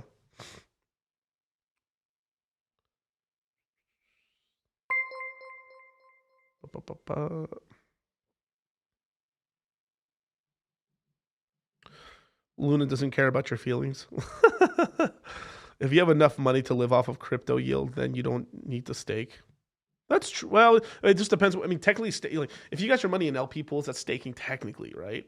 I mean, you are. So it's. I guess it's semantics thing, really. But like, I guess yeah, because in order to get the yield, you're doing something, right? It isn't like you just hold a coin and coins magically appear, So yeah. The reason a lot of time you're getting yield is because, one, you're either providing liquidity, so that means you are doing a service, you are lending out your money to them. That's why you're getting some return and fees back, or you're staking it, which means I'm basically, whether staked and I'm getting paid, I'm not selling, so you're getting paid to not to sell. That's kind of like how the functions work.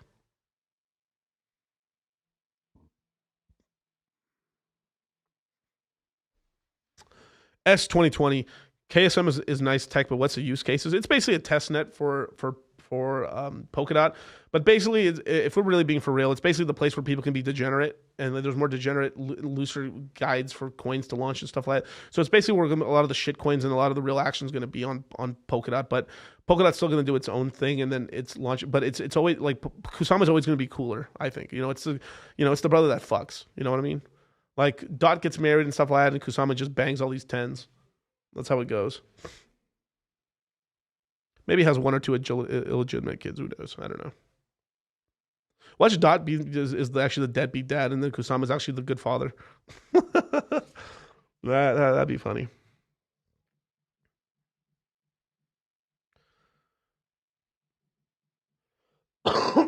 Let's see. And if you're living off a yield from crypto, you would need about over $1 million in a coin. Well, that depends on how much money you need. But like, to tell you the truth, you can earn some decent money off of like $150,000, maybe 200 grand, and you could earn some decent money. I mean, nothing like 10,000 a month, but like you could earn $4,000+ on that. I think. Yeah, I think if you spread it, I think you could earn that kind of money.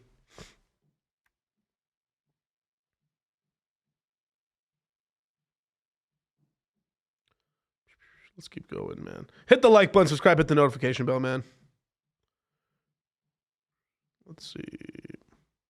Corey the investor. Hey Miguel, are you going to be in Miami NFT this week? No, I'm not, man. I'm trying my best not to travel at all. Like I'm actually traveling at the.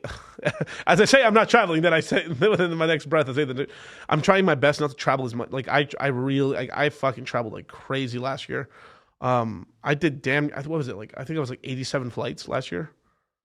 87 flights. There's 360 days. Like, bro, I traveled a lot. So I'm trying to cut that down a little bit. And obviously, I'm still going to be traveling here and there if it makes sense. But I'm trying to stay put and stream more and stuff and just from HQ. But I am traveling to see the Red Pill Lions and stuff and doing some other cool stuff like that. So I'm going to be on the East Coast, but that won't be until the end of the month. So, yeah. Karn, hey DCC, are there any suggestions on states that are positive on crypto bonus if they have low income tax? Well, yeah, I mean, obviously, I would Miami, Miami's a great city and a great state for crypto, no income tax. But Miami, the mayor of Miami is like super crypto positive and stuff like that. So I think Miami's a great city for crypto.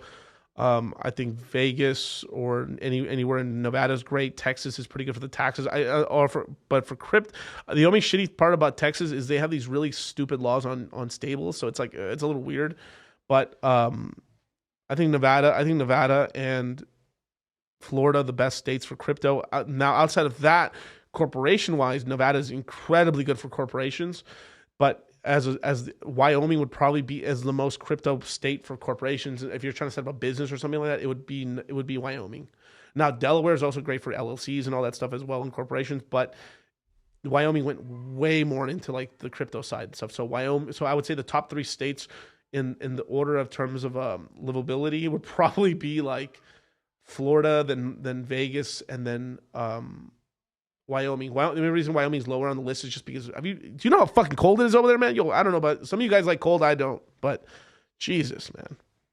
But those are, I would say, the top 3. Then from there, outside of a territory, it would be Puerto Rico. Of course, Puerto Rico, no, you're paying nothing in taxes, basically, like I think 4%, and then I think like a donation or something, a small donation. And then, yeah, it's pretty sick to live out there. But you have to, it's more of a harder thing. If you're single and stuff, I think it's a great move.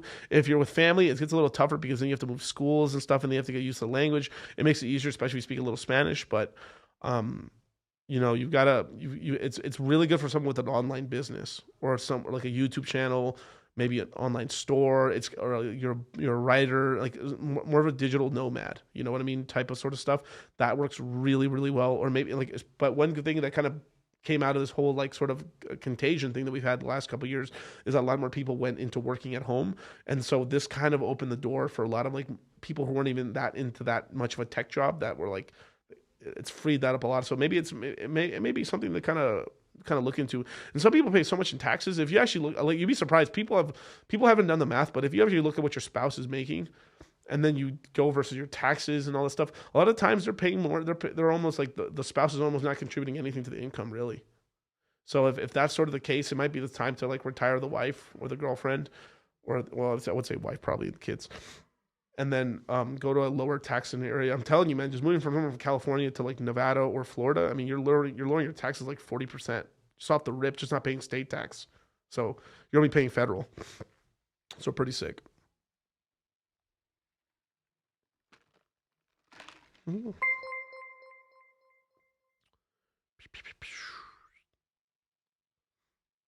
Let's see.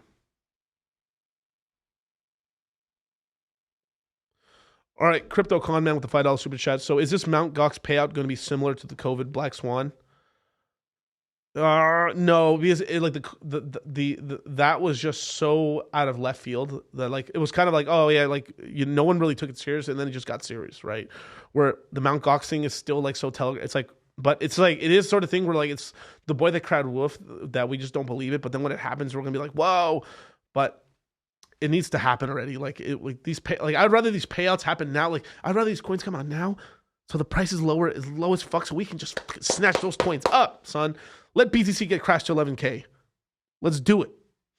Then we can shut the fuck up about Mt. Gox finally, and like move on with our fucking lives. And now but the governments around the world, they love having that fucking punch. It's because they want to feel like they have control over the market. But like they secretly are like kind of hurt by this because they really don't have much control over the market. That's what fucks with them up and stuff. So they like having these like kind of like things so they can sort of punch it. But there you go. Let's keep going down.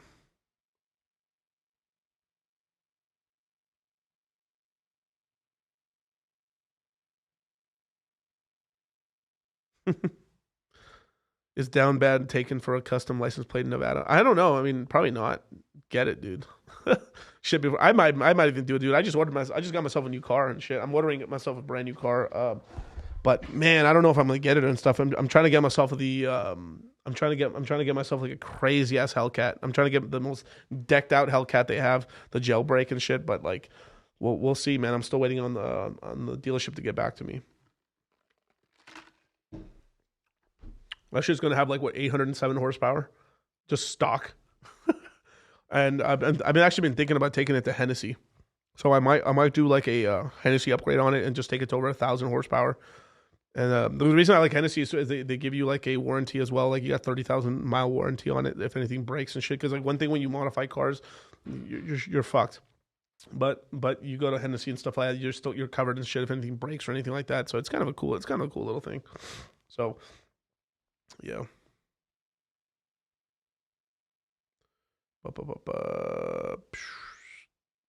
Crypto boogie, I'm getting the equipment. Come on, motherfucker, let's go. Shit. We call it those compadres. But yeah, let's see. What are your favorite high growth non-RH cryptos? Phantom, I would say Optimism. Well, when I say Optimism, I mean Matic and all those other ones, other twos. But I would say Matic, Optimism, high growth ones. Well, we're kind of at the bottom of a bear right now, so it's kind of like. But I would say Illuvium as well. Like it would just be some of those altcoins, some GameFi tokens. Or that's more speculative than. But like besides the high growth ones, but there's quite a few. But basically I would say those.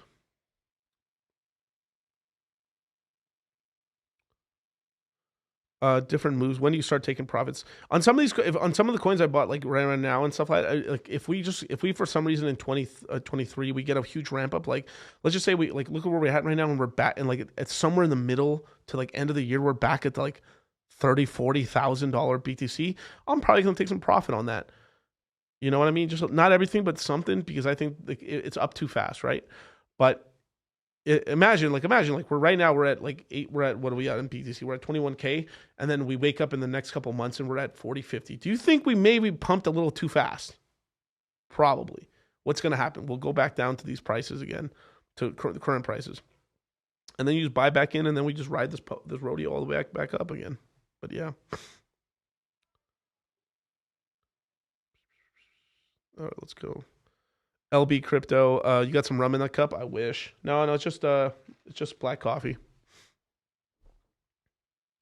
Do you think Optimism will break its all-time highs during this pump? That's very interesting. Let's take a look at that. OPP, yeah, you know me. You full screen it? Did I just see opium? Lol, that's so funny. Oh, I think this token was a what was it, Opium? I think Opium token was a token that launched on 1inch actually back in the day. What did it do? $1 million market cap. Oh my god, this thing did nothing. Yeah, death. Opium down bad. I think they went to fentanyl. Anyway, let's see. It's all-time highs $2. Yeah, fuck yeah. I mean, if we get a nice pump, if we get back up to like the decent highs, yeah, this Optimism will have a new all-time high. That's for sure. Yeah, because it's a brand new coin. I mean, it's been around it's just been around since like June. Look where it's at right now. So it's like basically buying it here or even down here. I mean, like basically just buying. Where was it at right now? It's $1.70. If you can snag this at like $1.25, $1.50, and so I mean, basically, you can buy this fucking coin any point right now, and you'll be fine with it. Like seriously, just because it hasn't had a pump yet. Like best case scenario, you've been able to trade this like a god. Like you bought it at 55 cents and you sold it at like $1.50 or some shit, and then now you're waiting for it to come down. Like that's it. You're 3x. But that move was caught by so little people, so it's like it hasn't done it's basically done maybe a wave one, maybe. So it hasn't done a 3 or nothing, or it hasn't, you know what I'm saying? Or if it's done a 3, and like, damn, what a weak sauce 3. But no, it's done like a 1. So it's like, it's still got its parabolic rise. So if it, let's see, it went up to, let's just call that like $1.80. Or let's just say I'm nice and call it $2, right? $2. Probably going $6 to $8 on a high. So pretty nice. You know, there's some money to be made on this one, I think. I like Optimism. It's basically if Arbitrum and Phantom had a baby, that's Optimism. It's a lot more. It's more degenerate, more tame degenerate. But it's like Ethereum's ecosystem's more degenerate brother. Like it's Kusama. There we go. It's Kusama. It fucks. But that's it. All right, let's go back.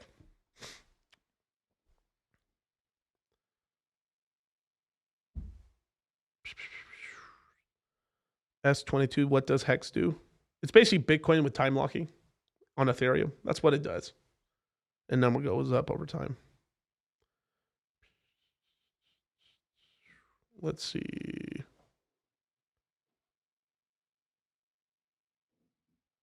Yeah, the one thing that just sucks, man, is just like, so I've been unstaking some stakes and stuff, and then like, dude, it's like $68 to unlock a stake. So these are OG stakes. These are stakes like since I've had since the beginning of Hex, and like they're costing me $86 in gas fees right now to unstake. Right now, $86. So man, like I'm telling you, like obviously, like right now, like you better hope any small stakes you guys got right now are coming out right now, because this is cheap they're gonna get, man. When things get rolling, man, fuck, it's gonna be bad.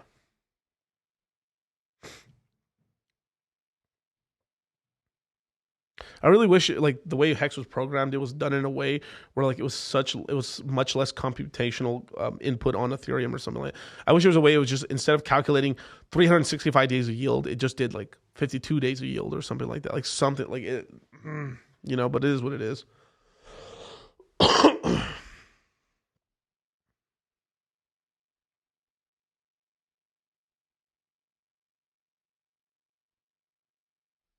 Oh shit. Damn it jumped. Son of a bitch. J. Lou with the $10 super chat. What's up, DCG? What do you think Illuvium land will drop back down to in price? Should I buy more now? Do I have? I don't know if I even have that on here to show. Let me see. Don't share screen just yet, okay? Fuck. Let me see if I can find it.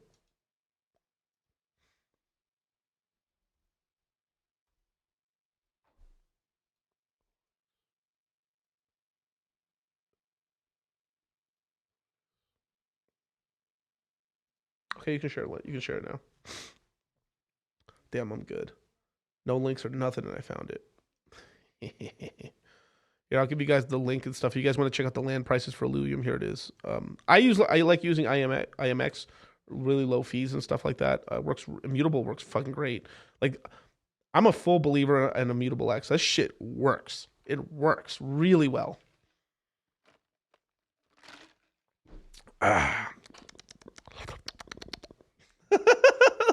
Like a gerbil. Like a gerbil. Money. What's that? What is that brand? That thing where like they talk really slow into stuff. It's like fuck. What's it called?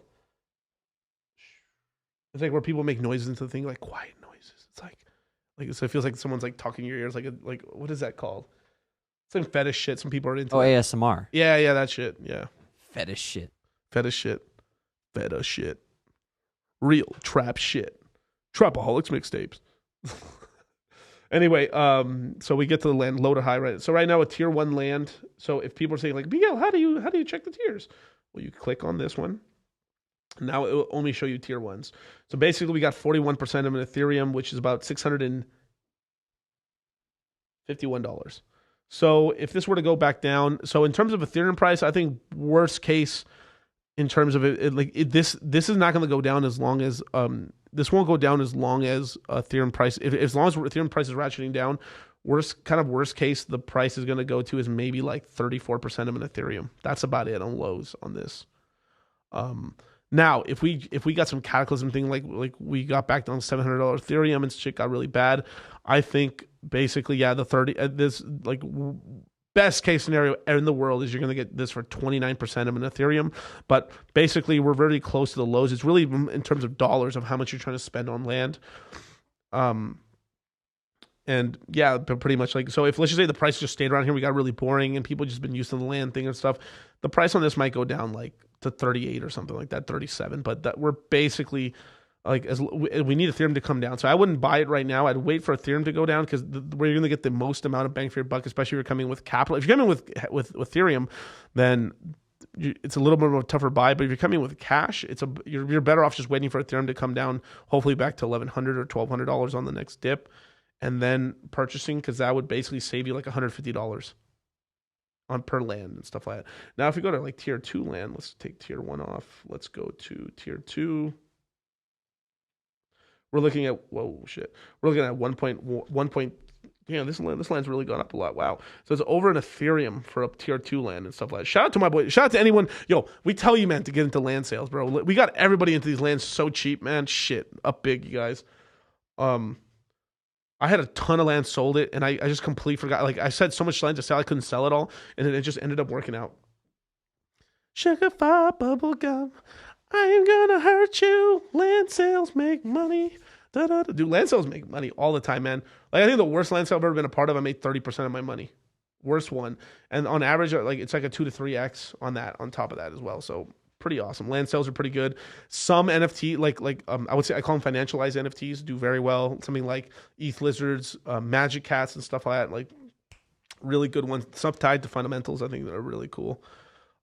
This one, worst case. This one, because like the thing is, the higher the price, the more discount it can give you. When it's lower in price, it's like can't give you as much, right? But the two most used tiers are going to be tier 1 and tier 2, the most accessible for most people. Now, you still have to, like, for if you're a normal kid, right? Like, whoa, sorry. If you're a normal kid and stuff, like, this is like, you're not gonna be able to afford, like, most people are stretching themselves trying to get like a $500 Xbox or a PlayStation, right? So like $1,700 for a piece of land and stuff for a game, it's gonna be tough for most people. But if you're in crypto and stuff, that's pretty affordable. So most people can swing one land to some tier 1 lands. So for me, I think the land that if you're in those bang for buck land, if you're going to play the game, it'd probably be a tier 2, 3 land, except it's all about getting the right price for it. But they're pretty expensive. But this tier 2 land, in terms of, you could start off, it'd probably be one of these, just because you have a lot more, minerals to kind of play with and stuff like that. But in terms of where this can go down to, it's probably like 98 or 90.9. So 90% of Ethereum is going to be the low on this. And then with Ethereum price going down, if the Ethereum price managed to get to $1,100, you'd probably get this for about $1,200 to $900 on the low.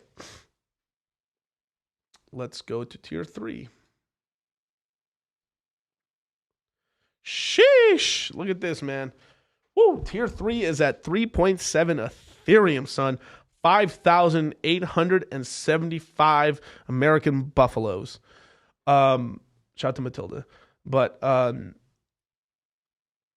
yeah, I mean, basically, this 2.5 Ethereum would be the low on this.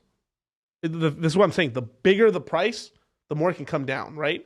Because there's more to give, but still, it's a lot of money, right? I mean, like 2.5 Ethereum, that'd be like $3,000. And if Ethereum went down a little bit, 1,100. So like the lowest you'd catch this shit would be like $2,500 probably in dollars, 3,000. So if you're buying, hopefully, like, the best, like, at the very least, if you're going to swing on one of these, I'd probably get it in the $4,000 range, something like that. You know, I think it's a little high right here, but obviously it's because more people are using them now, because the game, the alpha game version of it's out right now for Illuvium 0. And for fun, we'll go to tier 4, which is like the crazy one. 12.9 Ethereum, son. I think last time I looked at this, we were looking at these, they were 21 to 18 Ethereum. So they've come down even back from those prices. But $20,000. So this one is the same thing. This one would probably be the reason I'm going to be a little weird about this one is just because there's less of them. But whales would probably hold the price up a little bit more on these tier 4s to protect themselves. So I would say a 10 Ethereum, like, it won't go below a 10 Ethereum. So they'll just protect that nice round number. Because if they let it go below 10 Ethereum, it would just crash down to like 8.7 or something like that. And for some of these whales, this is even stuff for Palomos where they hold a lot of land. They would probably a lot of entities would want to protect that 10 Ethereum price. So if let's just say we got a low of 10 Ethereum on this, that would put us at what, $15,000. And if we went to $1,100, maybe we got lucky at $900. But let's just say it's $1,100 for the low and stuff like that. We're talking about $11,000 low. So it's got a good $6,000 to $8,000 to go down before you'd want to purchase. But that's if the prices went down. If we just rage off a little bit higher and like head to that, if we had, let me go back to nomics. Is it showing them? Okay, it is. Yeah, and I said this on my other streams. Like, if we were to keep pumping up, I'd say that 23 to 24,000 would be the local top on this. Then that we're talking about a $2,100 Ethereum or something like that. So I would definitely probably wait on that, on the land and stuff like that. Plus, anyways, like it's just the thing is that this is so counterintuitive when Ethereum's crashing and it's in the dumper and stuff, and you're buying a bunch of coins. You just gotta that's also one of the best times to also buy NFTs or buy any of these lands and stuff, because that's all. It's just like it's so low on the list sometimes that you just forget. Even I forgot. Like I was buying the fuck out of like $900 Ethereum and stuff. I didn't get a chance to buy 8, but I bought 9 and $1,000 and $1,100 Ethereum, and I bought some coins as well, and I totally spaced on land too. I was like, oh shoot, I should have bought some land, but you've got to have that as a reminder and stuff. Like it's like you got to put it on the thing. When prices are low, buy this. Like you put this on your refrigerator. Literally if Ethereum goes below $1,000, buy these coins, and then you remember buy land, and just with the Sharpie or something. If you look at that every day, you might actually remember it, and they're like, oh shit, and you'll go. Or put a sticky note next to your laptop or your computer. As long as you put it somewhere so you can remember, you'll remember to buy land. And I think I'm actually, you know what, I'm gonna start doing that for myself as well, so I can remember to remind some of you guys. But yeah, you can take the screen down.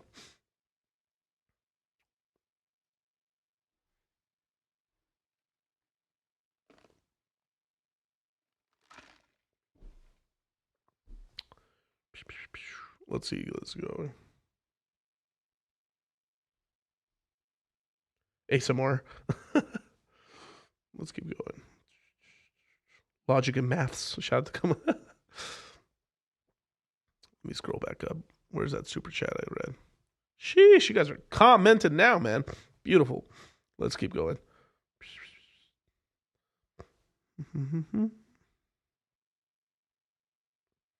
Hex, pulse chain, pulse Hex, vertical integration. It's horizontal actually. Vertical with me building on top. So because pulse would be the thing on top, but that's all L1 stuff. L2 stuff is actually an entire different blockchain built on top of another blockchain. So it's like that's L2. What we're talking about is vertical integration. So we're going like this, but technically it's just an L1. So it's just a build. It's just a one-story building basically. And then if we had another chain that was kind of copying off of like pulse chains, that's vertical and stuff like that. So I guess we're in part of the vertical. If we count this and stuff as this being Ethereum, actually, as a matter of fact, if Ethereum's the elbow, then we're the Rolex right there, and in terms of the horizontal integration. Supply is infinite, yeah, but it only grows at 3% a year, so it's not that much. Flex that Rolly, hold it up to the camera. Super, yeah, shout out to Super. Bro, you were in fucking Vegas. You didn't hit me up, dude. Down bad, bro. What's going on? Yeah, there we go. This is the first Rolex I ever bought right here. I've got it. It's a Submariner and stuff like that. You put it on the screen or zoom in a little bit. It's my black and white. Submariner and stuff. I love Submariners.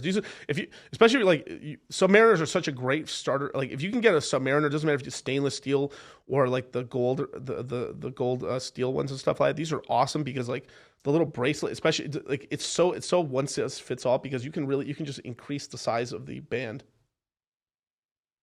or to contract it like all day. A lot of the other Rolexes, like the other Rolex I bought the other day, the J Just and stuff like that, with the iridium dial, with the white gold iridium dial one. That one only has like half a link of extra growth on it, where this one has probably like a link and a half plus. So you could really move it on, because you'd be surprised. Like if you don't wear a lot of watches, a lot of times you don't notice this very often, but in the morning, your wrist is actually a lot more, probably because you're dehydrated from waking up and stuff. Your wrist is a lot smaller in the morning, and then as you wear it throughout the day and you're drinking water and you're doing stuff like that, your wrist actually tends to kind of puff up a little bit. So it actually you tend, when you're rolling a Rolex, you tend to adjust it twice a day. So you kind of in the morning you tighten it and stuff, and then in the afternoon you loosen it a little bit. But that's a really cool one. Actually, my other one I'm actually going to get fixed and stuff. So it's kind of hilarious sometimes. Like every Rolex I've ever bought from a Rolex store has like broke on me for some reason. So the other Rolex, it stopped winding for some reason. So I've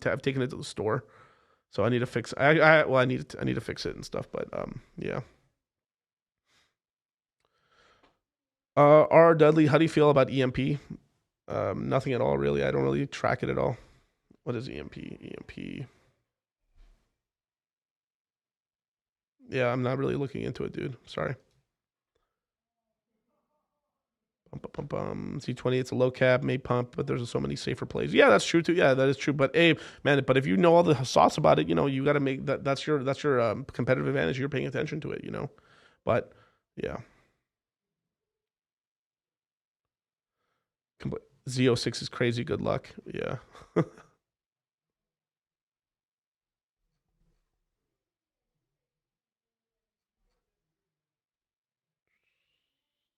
Let's keep going. Agreed. The bluesies are the bomb. Yeah, no, I'm not wearing the bluesy right now. I'll wear the bluesy from an X stream for you guys. Y'all, you getting some Hedron. Hedron's another great coin. I like Hedron. Actually, as a matter of fact, let's bring up the Hedron shirt. Let's go to the Hedron real quick. Super fly bubblegum. It's been karaoke day on my car, bro. I've just been blasting music. That's one thing you got to know. If you get to ride with DCC in the car and stuff, man, you'll find out we're having a karaoke session. We're going to be bumping all kinds of songs. This is actually a great price. This is a cool price. Obviously, if the price goes down, blah, blah, blah, blah, blah, right? But as long as you're picking this below 20, bro, I think it's a great price for Hedron. I did say the low on Hedron would be 7. And now that happens only if Hex gets very weak. If Hex has a sort of thing, right, with the Hex price, let's look at the Hex price real quick.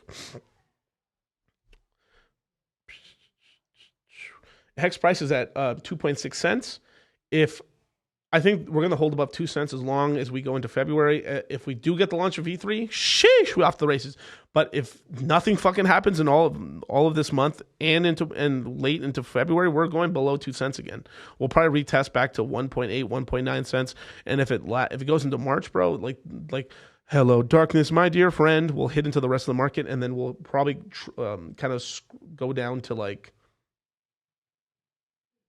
yeah, we probably retest 1.3 to 1.1 cents down there and stuff like that. Now, if it continues longer, the longer we don't have any news or anything, the lower the price can go. I've set the floor. I really think the absolute low for Hex is basically 50% of a penny, 56% of a penny and stuff like that.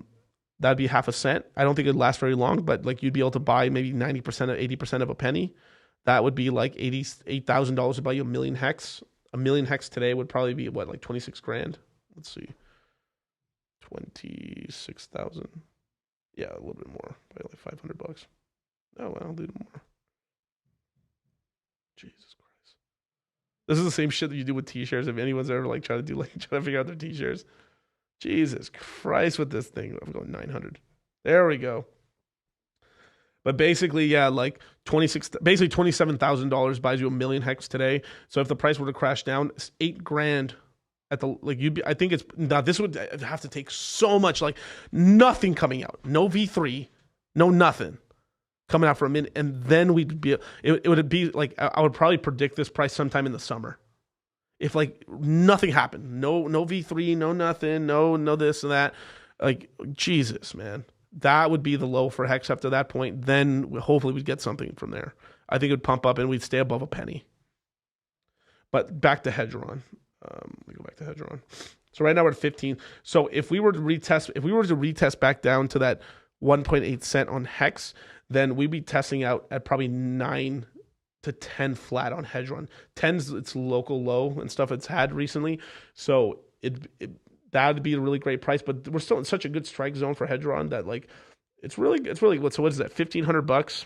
Now here goes me guessing prices again. 1550. Yeah, I got it first try. Yeah. Woo! Up big. All right. See, Hedron don't let me down. But $1,500 buys you basically a billion Hedron. Billion Hedron's really the million. It's the million Hex equivalent. Well, I would probably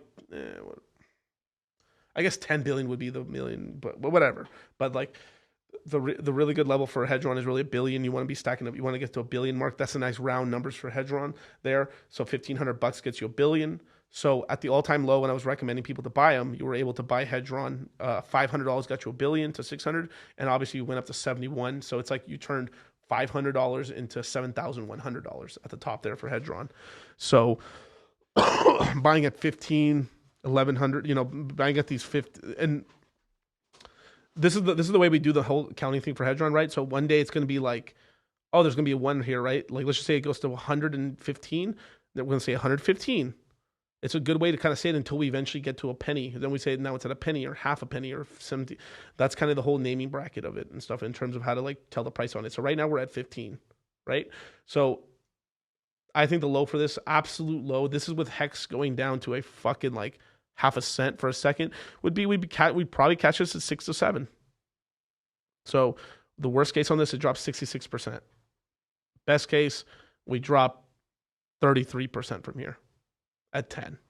So that's the ranges for Hedron. I think these are good coins to buy in terms of like Hedron's another coin that'll pump very well for the whole snapshot stuff, because once people figure out like, oh, fuck, the snapshot's happening, then from there people position to like, oh shit, what else do I need to get? And that's kind of the playbook there. You can take it down now.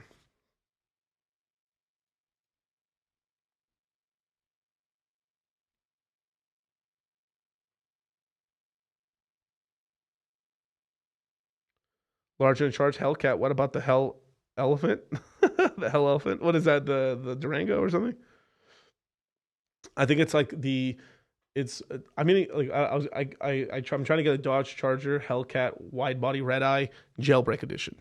Basically, the most geeked out one you can get. Basically, because these assholes didn't want to come with a Dodge Demon. But yeah, simple maths. That's right. Shout out to Cream. That's right. Shout out to Cream.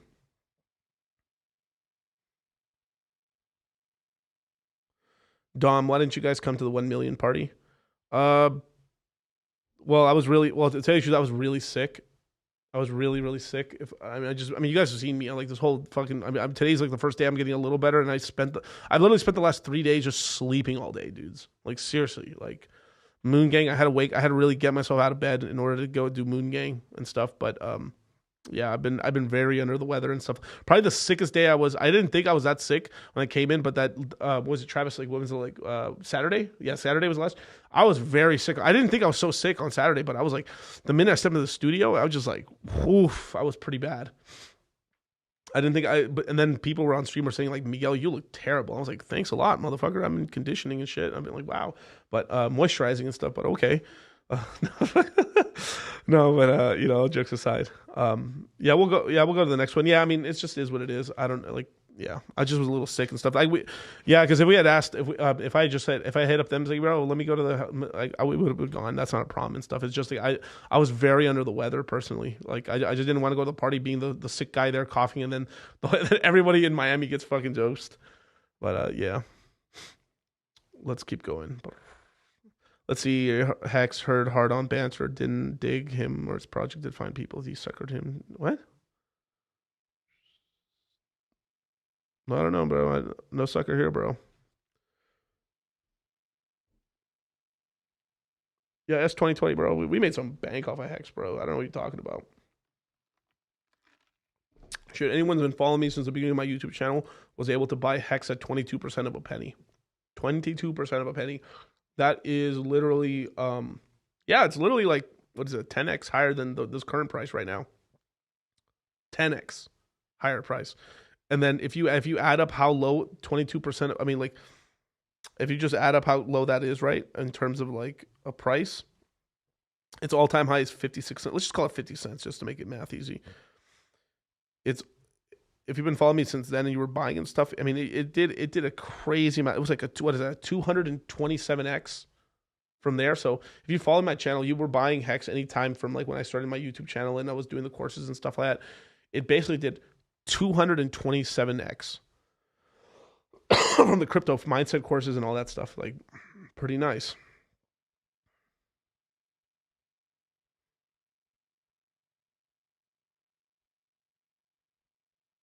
Yo, Francis, boo a good buy here at these levels or buy one dip? I mean, obviously buy one dip. Obviously, like get the best price you can. But if you don't have any, get a little DCA, learn how do you do it and stuff like. And you're not gonna be mad. It's at $1. Its all-time high is $37. No, $40. I'm sorry, $40. It's at $1.75. I mean, my biggest DCAs I've done into it have been at like $1.03, $1.25, and I think I did a little bit at $1.55 or something like that. So I've been DCAing. This whole dollar range is fucking nice. If I can buy under $2, I'm buying my bag right now. Like probably Blue is the one coin I'm not really DCAing properly. I'm just like accumulating my coins now and then just leaving it alone. I'll probably only DCA under like $3 maximum. Let's keep going.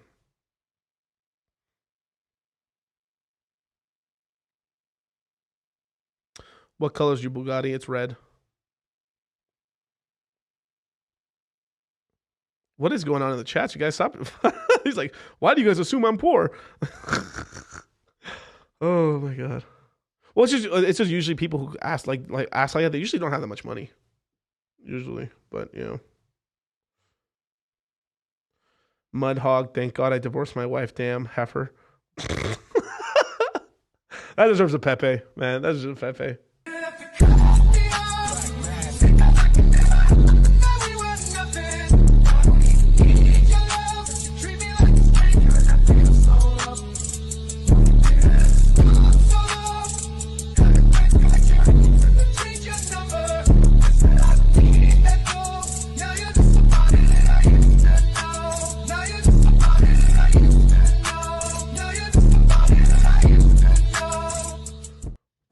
Enterprise crypto. I'm late to YouTube. Didn't notify me. Yeah, it sucks. Hit the notification. Hit subscribe. Hit the notification bell, man. Go follow me on Instagram. Go follow me on Twitter and stuff. Make sure you follow me on Instagram. That's in my description box, you guys.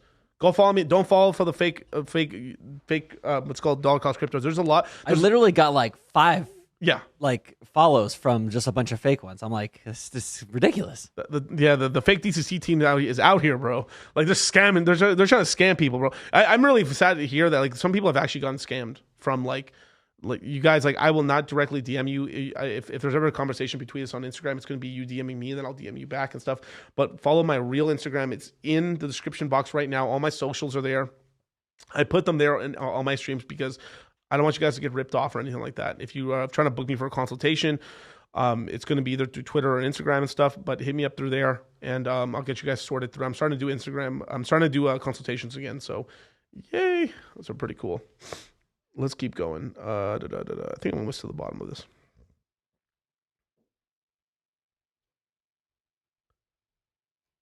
But yeah, let's see if I can... And also one more thing, join the Citadel, you guys. Don't be a broke pleb, man. Ascend the Citadel. Get away from the Matrix and shit. Break free. Become the Matrix.